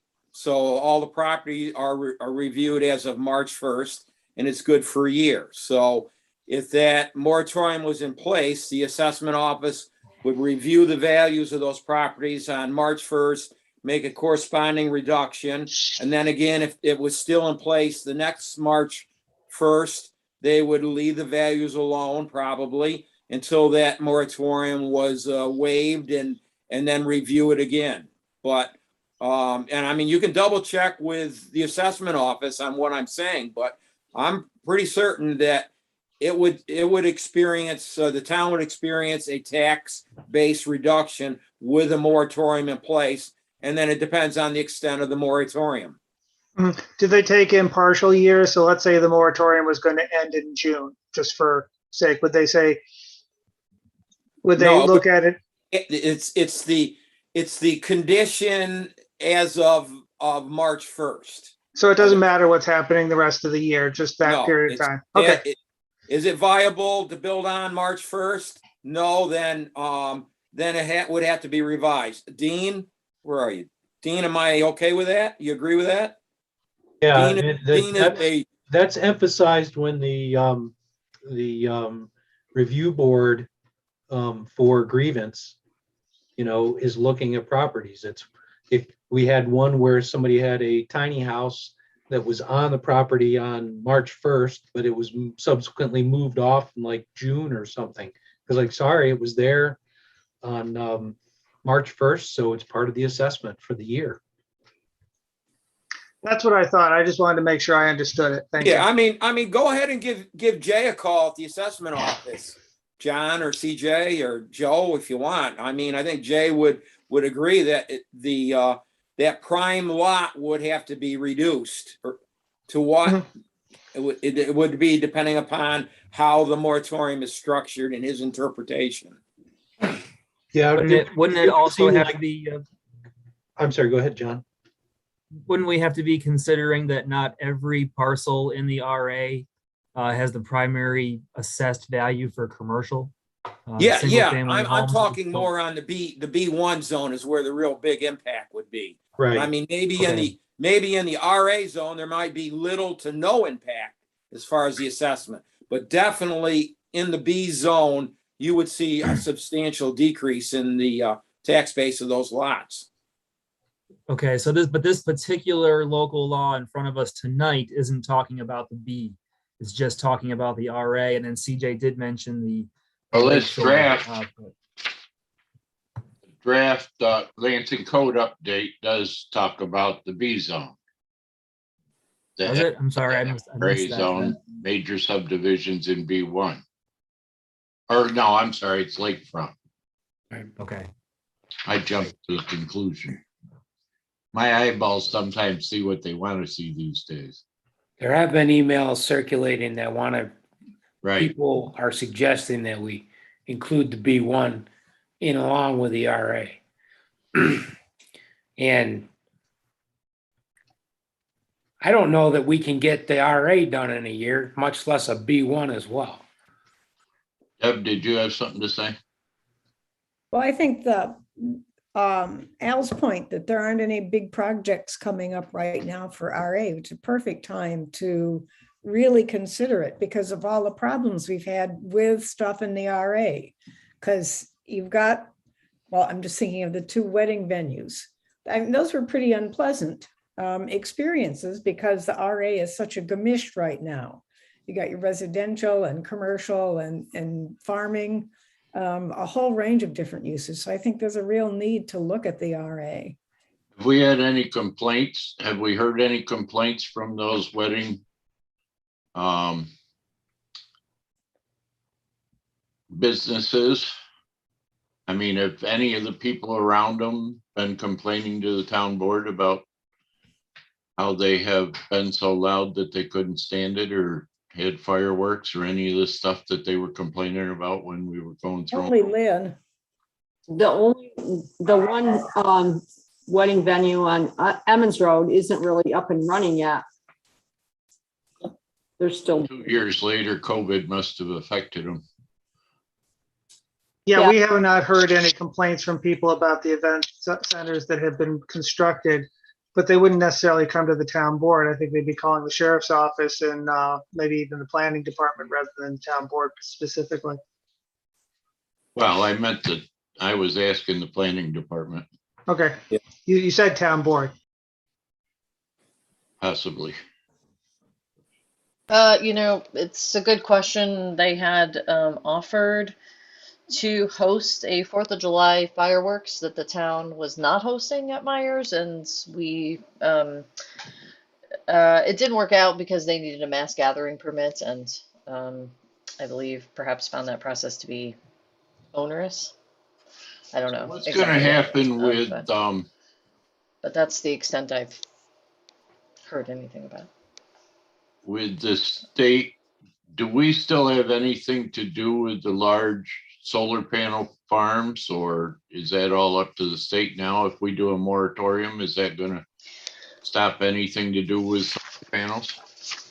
That's a great question, Jerry. You'll see in exemptions.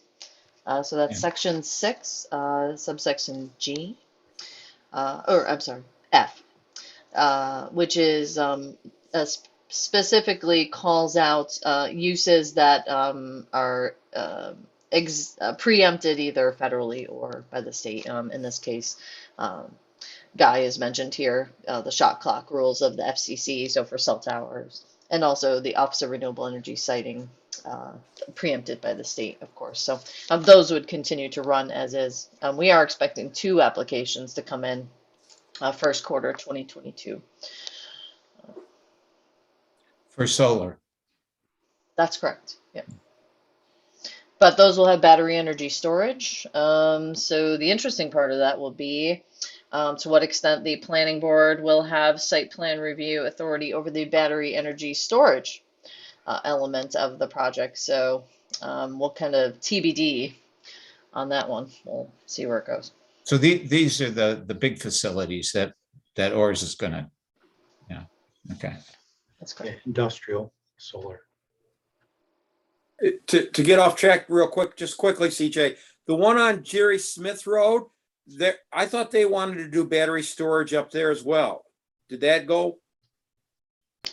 Yes, that's correct. So that was a 5 megawatt system, and I don't know that the battery energy storage was that large, but we did write a determination that that was not subject to planning board review. There was a set of criteria that elaborated that reason. And I'm happy to send it on. It was some time ago. that we Okay, so made that they do determination. have battery storage up there now. Jerry That's Smith? correct. Oh, they Mhm. do, okay. That's right. A small amount. I don't recall how much it is, but if you call or email Heather or John, they could give you the That's okay. details.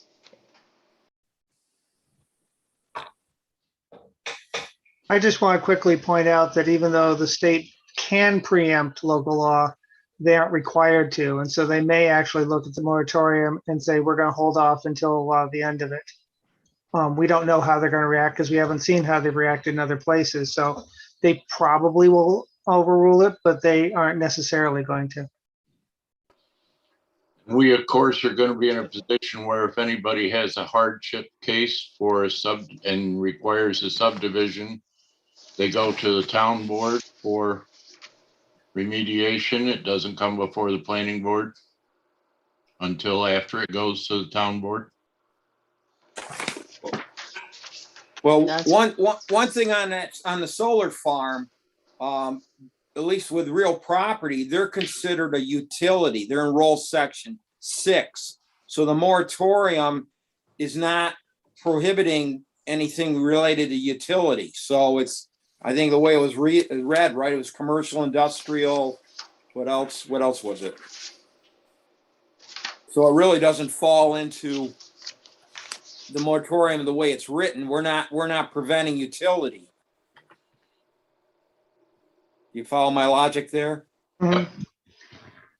To answer Jerry's question, I think the idea was that it didn't seem right to have the planning board both give exemptions and then rule on the project as well. That puts you in a bind of, making two different decisions about the same property, whereas giving it to the town board takes one of those political decisions out, and then you guys can do the ministerial one.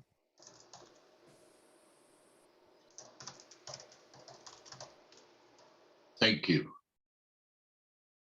Anybody else have any comments on the moratorium? So Joe and Doug, I'm assuming that you would be looking to the planning board and the planning department to come up with, suggested changes to the RA zone. That was the idea, is yes. I think 2 years ago, 3 years ago, we agreed that me and Doug would work with the planning board in terms of zoning changes and have been, and I assume that process would continue through this moratorium. Mm-hmm. So do we anticipate doing some of the similar things that we did with the comprehensive plan in terms of doing some public gatherings and trying to get a lot of public input early on? And having a farm committee or committee of the farmers to make sure that their wishes are known? I think it's critical to get the public involved in this. If we're going to have successful zoning, we have to talk to the people who are going to be most affected by it. And that's going to take outreach. That's not just going to be, we call a meeting and people will show up. It's going to be calling several meetings and giving different kinds of venues for people to put their input.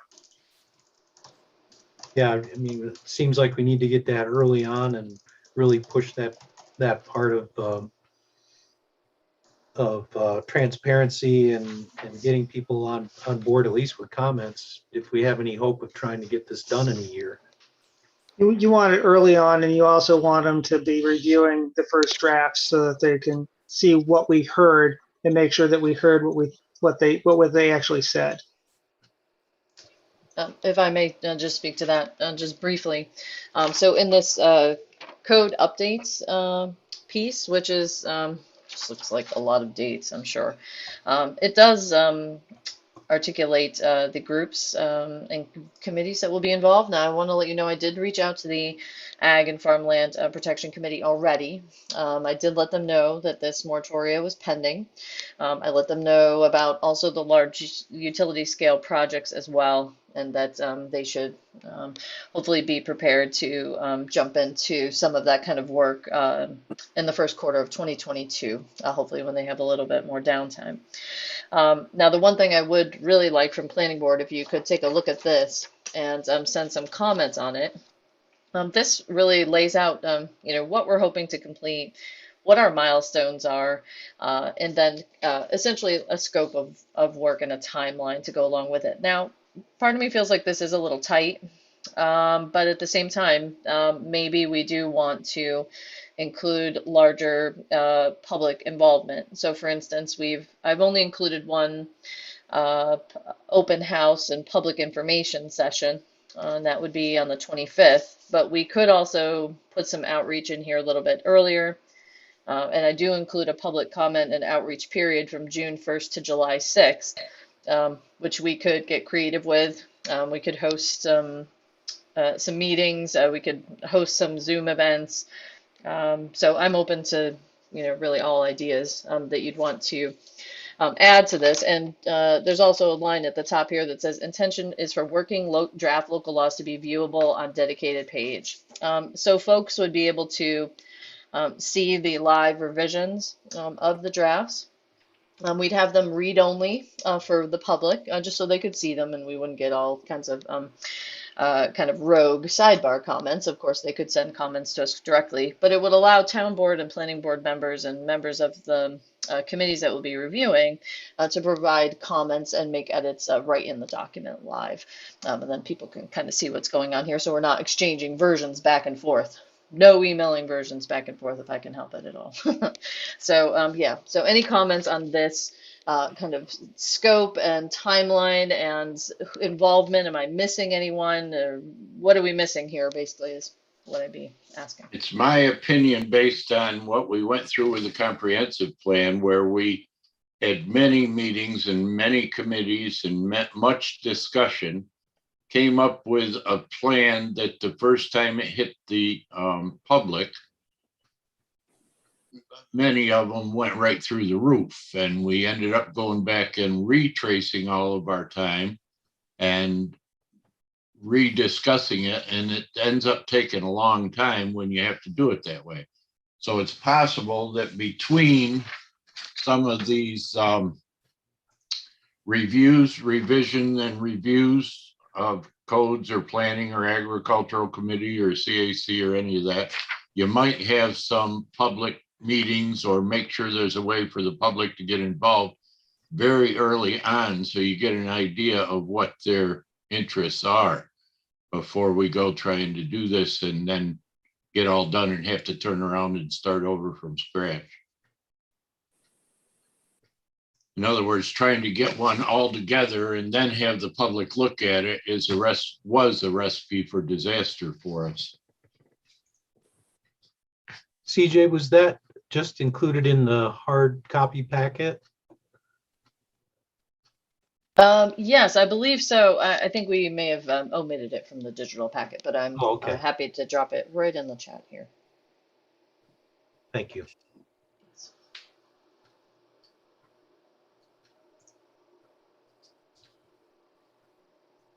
But yeah, the sooner we start to get some kind of framework out there for people to comment on, the better. I think that's June, July is 9 months from now. That's a long time if you're trying to get this done in a year. Because I agree with Jerry, you're gonna, people are gonna hit the roof when June comes along, and that's the first opportunity for them to see things. And Right, that's vacation time, so it's not a good time for, a lot of people are on vacation, so it's a bad time for people to be informing the town's residents right through the summer months. Is a better time to be working on stuff and not holding public meetings. Totally. And I think what I didn't maybe articulate well was that we do envision a dedicated web page for this. One thing I'd like to do at the top of our web page is have a little button called Major Projects. People could just go, they could see a zoning update, then they could click on the documents and they could view them essentially in real time. And we can have maybe little synopsis of changes just so people could do like a quick read of it. So they didn't maybe have to read every single word of it, but they could understand maybe what the gist is. And so the idea would be to make these essentially a very iterative process. The public can kind of follow along as they want. But I am hearing you that I think maybe a outreach period on the initial themes and findings and framework, as Dean says, as well as a session on the draft local laws and sections, as well as the final and revised draft, I should say, along with the comments to the town board. Maybe be a bit more aggressive with the public outreach is what I. And Joe's idea of having several different venues and getting it out there in several different places in the town so that people, I don't know, I usually figure the town's not that large, so people don't have a hard time getting to the town hall, but maybe using fire halls or local fire halls or whatever might be a way to have some meetings that would have people show up that are close by. We've actually tried that. Yeah, I thought we tried that last time, didn't we, during the comprehensive, and it didn't really work out No, because we didn't have anybody show up. no. But we do want to start right from the first ideas that we get and make sure we pass them out to the town before they're fleshed out, and we do some in-person meetings so those who are concerned with it will have a way to get their voice heard before we've gone to a lot of trouble to I think the best way to handle this would be via the internet. As far as our web page and stuff like that.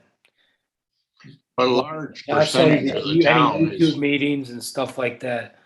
a large percentage of the town has never been on the town's website. And yet they will come out to a meeting and they will make their voice heard if they can, but they're not. I mean, before I got on the planning board, I never visited the town's website, wasn't even 100% sure that was a resource for me. Wow. Instead of for town board members or other committees. Yeah, maybe if the town's gonna do mailings, like on the short-term rental law, they might consider consolidating that mailing and having more than one item in there. So, information on this RA district, review and moratorium would certainly be another thing that'd be nice for people to actually get in the mail, direct notification. I like when we had the comp plan, we had signage around the town too. I think that helps at least get people thinking like, hey, what is this? And maybe they would go to the town website. I'm not sure, but maybe they would come to a meeting, but at least they would start asking, they would have that information and maybe start asking questions. Signage on the well-traveled roads is certainly a good idea. And those signs evidently are pretty cheap the way the politicians are putting them out there a lot these days. Signage is inexpensive, yes. I think the key here is multiple. Any venue we choose is going to get a sliver. In terms of what Dean said, I don't think we want to include it with the short-term rental thing, because I think when you put two different messages in one mailing, people get one or the other, or they get confused. But I think doing a postcard to a large portion of the town that's affected by this might be worth the effort to just say this process is starting, put some of CJ's timeline here to say, here's where you can view it on the website. Here is when the public meetings are going to be scheduled, things like that, so that people can put it on their fridge and remember what's going on. But, at least that way, people won't say you didn't tell me. Right. And mailing to the town, by postcard could be done for, $1,500. It's a minuscule amount of money to let everybody know this process is happening. And I think it's well worth the transparency it would give. I've got a couple questions real quick. We're not doing the B1 right now, right? It's up to the board.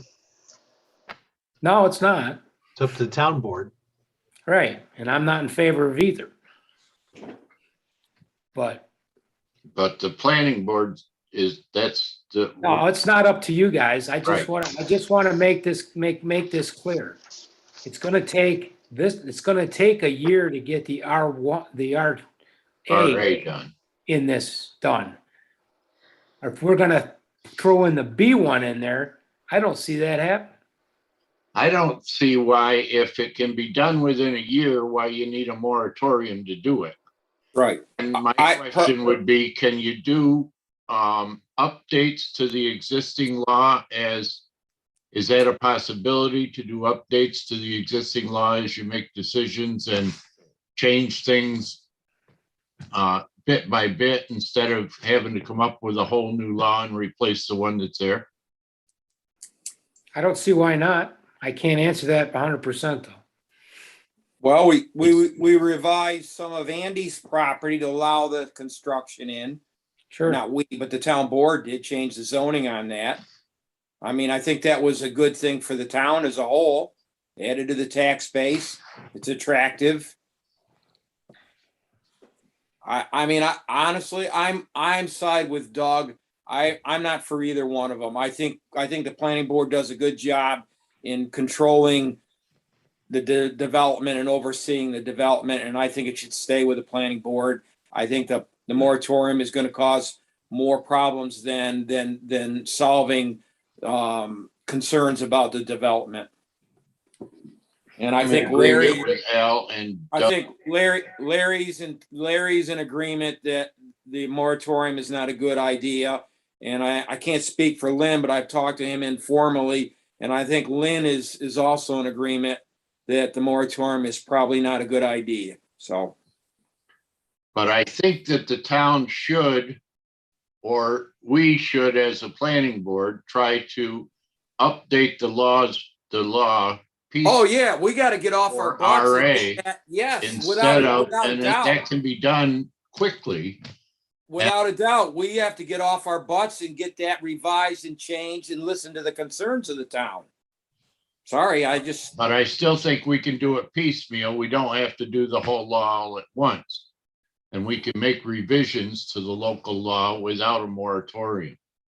well, I just want to point out that we had this discussion about 6 months ago. And the consensus at that point was we could move forward with changes to the zoning faster than we could put forward a moratorium. And in that time, we've had some incremental changes, but we haven't really moved that far forward. So I think the argument that we could just change the law quickly hasn't really panned out. And I think the moratorium both frees up some of the planning board's time and it puts a fire under all of us that hasn't been there before. And we've seen it. We've been spending months, spinning our wheels, doing all sorts of stuff, all of which is important. But the zoning changes haven't been moving forward significantly. And this puts pressure on us to really get to it because we have a year. It's a lot of work to do in a year. There's a lot of public outreach, but it gives us that motivation of, we can't put it off to the next meeting because we got to work on this timetable because the timetable CJ put out, we have to follow it or we're not going to get to the end by the end of the year. So I think it certainly does put pressure on us, but it does it by punishing the landowners in the town and not allowing them to treat their land as their land. And Joe, I think respectfully, that's a good excuse or a good reason for trying to light a fire under the planning board for doing the work. but respectfully, I don't think we haven't had any negative commercial in the last 6 months, have we? And we've been working on short-term rentals. I would suggest that the proliferation of the dollar store type stores, that we've had one come in and another one that's about to come in and more being talked about is pressure on us to get our zoning such that if we want them, we have them exactly where we want them as opposed to pretty much anywhere in North Lansing. There are many people in the community that use and like the dollar stores, and there are people in the community that are against the dollar stores. So I can't say it's a bad thing or a good thing, the community having the dollar stores. I mean, if there wasn't a need, they wouldn't be successful and they wouldn't come here. So there obviously is a need in the community for those. They serve a purpose. You know, they do. There is a segment of our population that survives on dollar stores. I'm not saying that we're And- going to outlaw them in the town. I'm saying we're going to be more carefully choosing where they can go and where they can't. Okay, I understand. And I drove out by the one that's being built today to give it a look, and it's a pretty nice looking building. And it seems that a lot of these dollar stores are a lot more amenable to changing the shape and the look of their building in order to allow the planning board or get the planning boards to allow them to do the development. And I'm not sure you need a moratorium to force that issue. No, the moratorium gives us time to figure out exactly where they go. And as we're starting a serious process of changing our zoning, we won't have a bunch of applications come in while we're doing our changes because people say, oh no, I want to put it here. And it looks like they're going to stop it from going here. Right? When you start having a real public discussion about how zoning is going to change in a substantial way, because what the comprehensive plan talks about is taking most of the RA zone and turning it into an agricultural zone in which development is restricted much more than it is in the RA. You don't want a bunch of things pushed into the ag zone at the last minute because they can see we're about to eliminate that use or the other use. It puts a hold on everything so we can have a public discussion and not have people suddenly pushing projects forward because they hope to get it in before the wire, before it's changed, before the rules are different.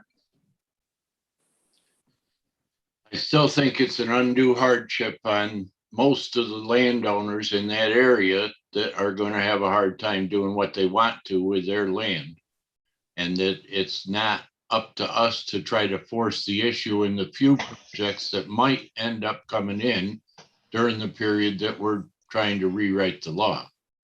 I would disagree. I don't see a huge stampede in Lansing to try to build a bunch of supermarkets or hotels or anything while we're trying to work on our zoning law. Most of the property owners are doing farming or single family house type stuff, which is all going to be allowed under this. A few people will not be able to do the projects that they're thinking of doing, but it's not most people. Most people will be able to continue as they are. And most of the uses up in this area will be able to build houses, build things for their farms. Those are all exempted. It's every single landowner is having a restriction put on their land during the period of time of the moratorium, regardless of how many we might want to suspect would make use of that. It affects every single landowner that has a large enough property to be involved. But I'm done arguing this. It's not my decision. It's your decision to make. You're on the town board and I'm not. But I am listening to what you're saying and taking it into consideration. I'm not just blowing you off. Do we want to, is there any more discussion on this? Or do we want to have a vote as to, or are we looking to vote as to a recommendation to the town board? You already gave it. We did I was that gonna last. say, we did that a couple of months did it. ago. You already gave your Meetings. recommendation. Yeah, I just wanted to say in regards to the B1, when I think about Usmitsa, that property was up for sale. And of course, potentially any property is up for sale if you stop by and knock on the door and say, hey, I want to buy your property. You know, people would potentially say, sure, you know, how much you want to offer me. Properties are for sale and anybody can offer to buy a property. So often when people are not concerned about how a property is going to be developed until somebody buys the property and comes forward with a potential project that they want to do. And so, you know, what we're seeing, especially at the Rogues Harbor intersection there, is people objecting to a specific business coming in, We're seeing people who are offering their ideas of what an alternate would be, but nobody's stepping up and saying, hey, I'll buy this property and I'll do something different with it. And so I just think it's always easy for people to complain about something they don't like, but I don't see a lot of people stepping up with an alternative that is feasible, even if it's just, hey, I'll buy the property and not develop it. So, I think that the town board needs to take that into consideration, and definitely what Al had to say in terms of the assessment of those B1 properties. That's a pretty big deal if you're taking commercial properties and devaluing them for a year or two during a moratorium process.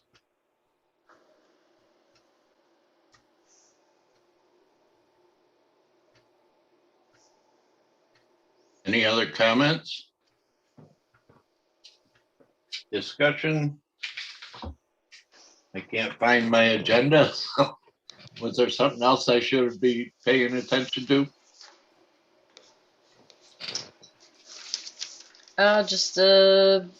If you are all set with talking about the moratoria, I don't know that we got, Planning report? clear guidance to give to the town board, but I do want to mention that the town board will be talking about the scope of the moratorium at their special meeting this coming Wednesday, the 29th. So tune in if you'd like to hear more. So planning reports, was there any questions about anything that was on the prior report? Let me ask you if you could send us all a link to the Zoom meeting for the town board, if that's a different link.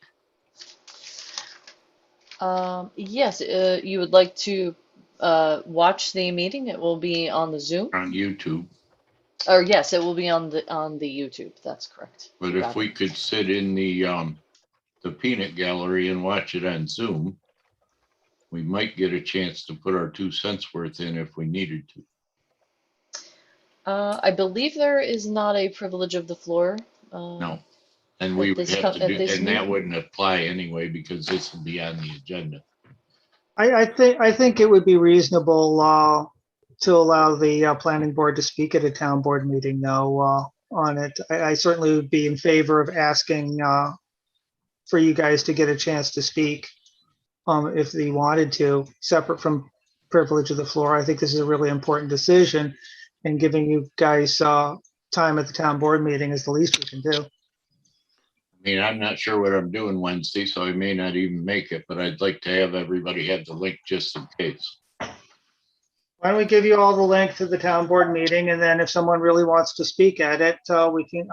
I will personally ask that if there's any planning board members who want to speak, that they be given time. Thank Joe, you. is the town board meeting all Zoom? Joe? It's a mixed. You can show up. You can show up at the town hall, or you can go on Zoom.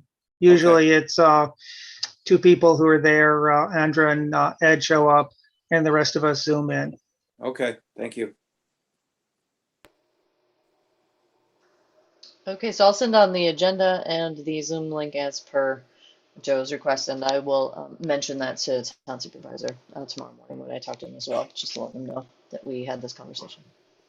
CJ, is that logging being done on Trip Hammer Road?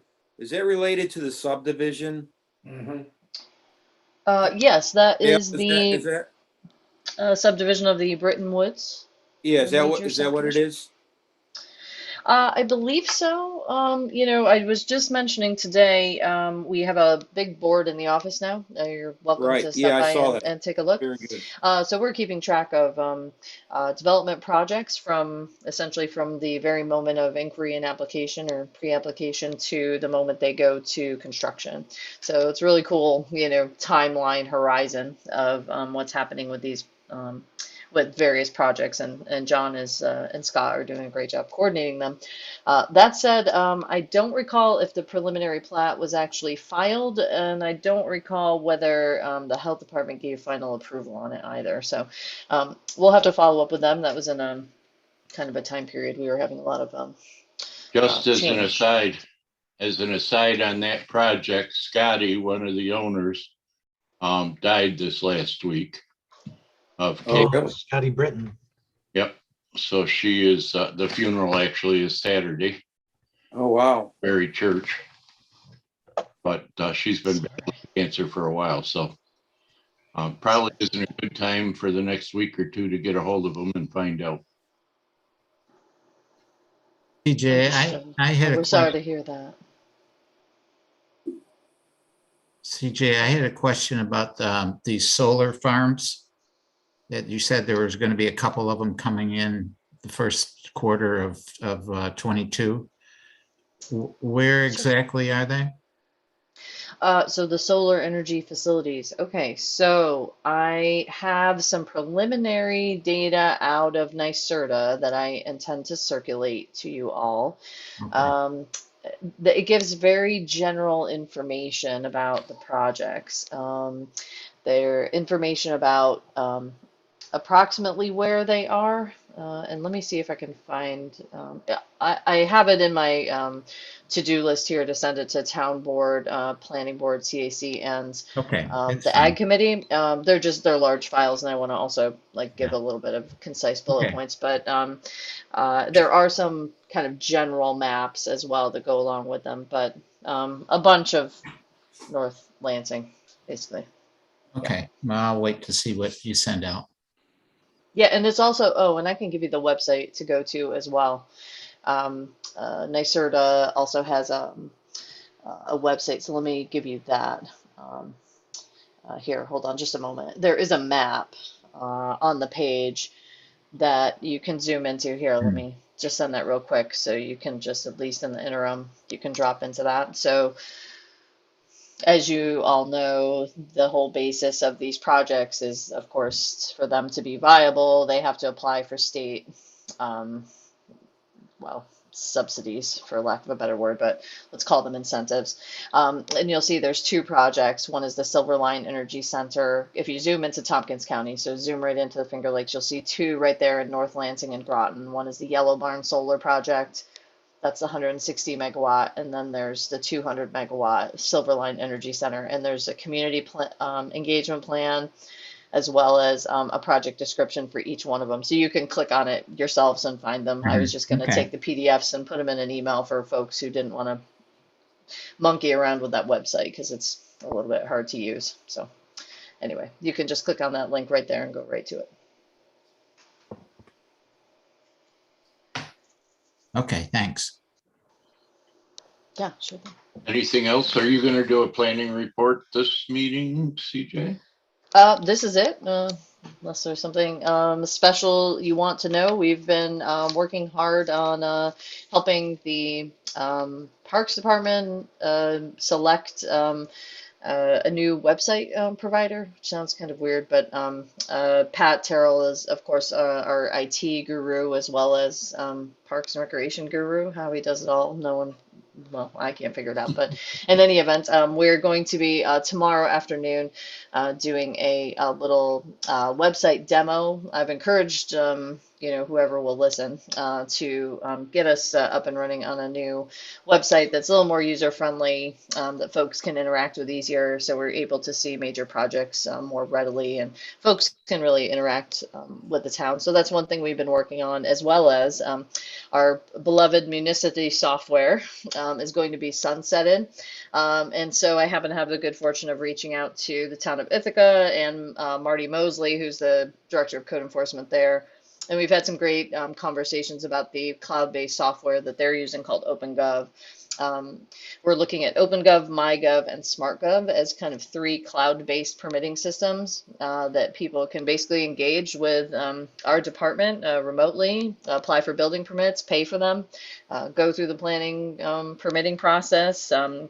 A bunch of people can review applications at a time and be involved in the review process, so we can have our consultants and legal team and engineers take a look at projects all on one platform, and planning board too. So it's really a way to help streamline the development review process, and we're really looking forward to selecting some of that new software. Thankfully, ARPA money is eligible for that, so I've been lobbying the town supervisor to see if we can spend some of our ARPA dollars on new software to really make it really easy for folks, the public, really to engage with the town services and just know the range of what's available to them. So the whole department has been involved in that, and that's been really fun. We've been going to some webinars and seeing what people have to offer. And big shout out to Town of Ithaca for they did a ton of legwork to get to the point where we got it down to these 3 choices. And so they've been a really huge help. And as I mentioned earlier, we're also looking into a shared services agreement with them for code enforcement services. Marty has been such a big help. And of course, yeah, we're coming up this month also on our parks plan. Later next month, you'll be hopefully maybe the end of next month or beginning of November, looking at an initial draft of the Parks, Recreation, and Trails Master Plan. So we're super excited about that. And there's a lot going on, but I think, if you have specific questions about the report, I am happy to answer. Well, this should be a big shout out to you guys and the town board for encouraging you to go forward with technology on that. Both the planning and the town board should be congratulated about moving forward. What is the date of the next meeting, if I could? Yes, and right at the bottom of the agenda there, I think it is October 25th. So that's Monday, 25th? October 25th. Yeah, we're normally we would meet on Monday the 11th, but of course it's a federal holiday. So we will not be seeing you that day, but of course you can always interact with us in the interim. Email, phone, whatever you might like. We are definitely, just as some housekeeping stuff, on Zoom until January 31. Is that correct? I think it's been January suspended 15th. until as Dean said, the 15th there. For now, 15th. we'll kind of see where it goes. I think they're trying to take this opportunity, and maybe one of the town board members could speak to this better, but to rewrite the legislation to allow virtual, some kind of hybrid approach to exist in the future. So just like this. Sounds good. Anybody else have anything to say? If not, Congratulations, Jerry. on Retiring. retiring. I actually retired 2 years ago, but my boss is not even doing good right now of letting me out of there. But Yeah, I know how that goes. yeah, at some point he's got to figure out somebody to replace me. Okay, the meeting is adjourned. Thank you very much, everyone. And Thanks, everybody. October Good night, all. 20th, not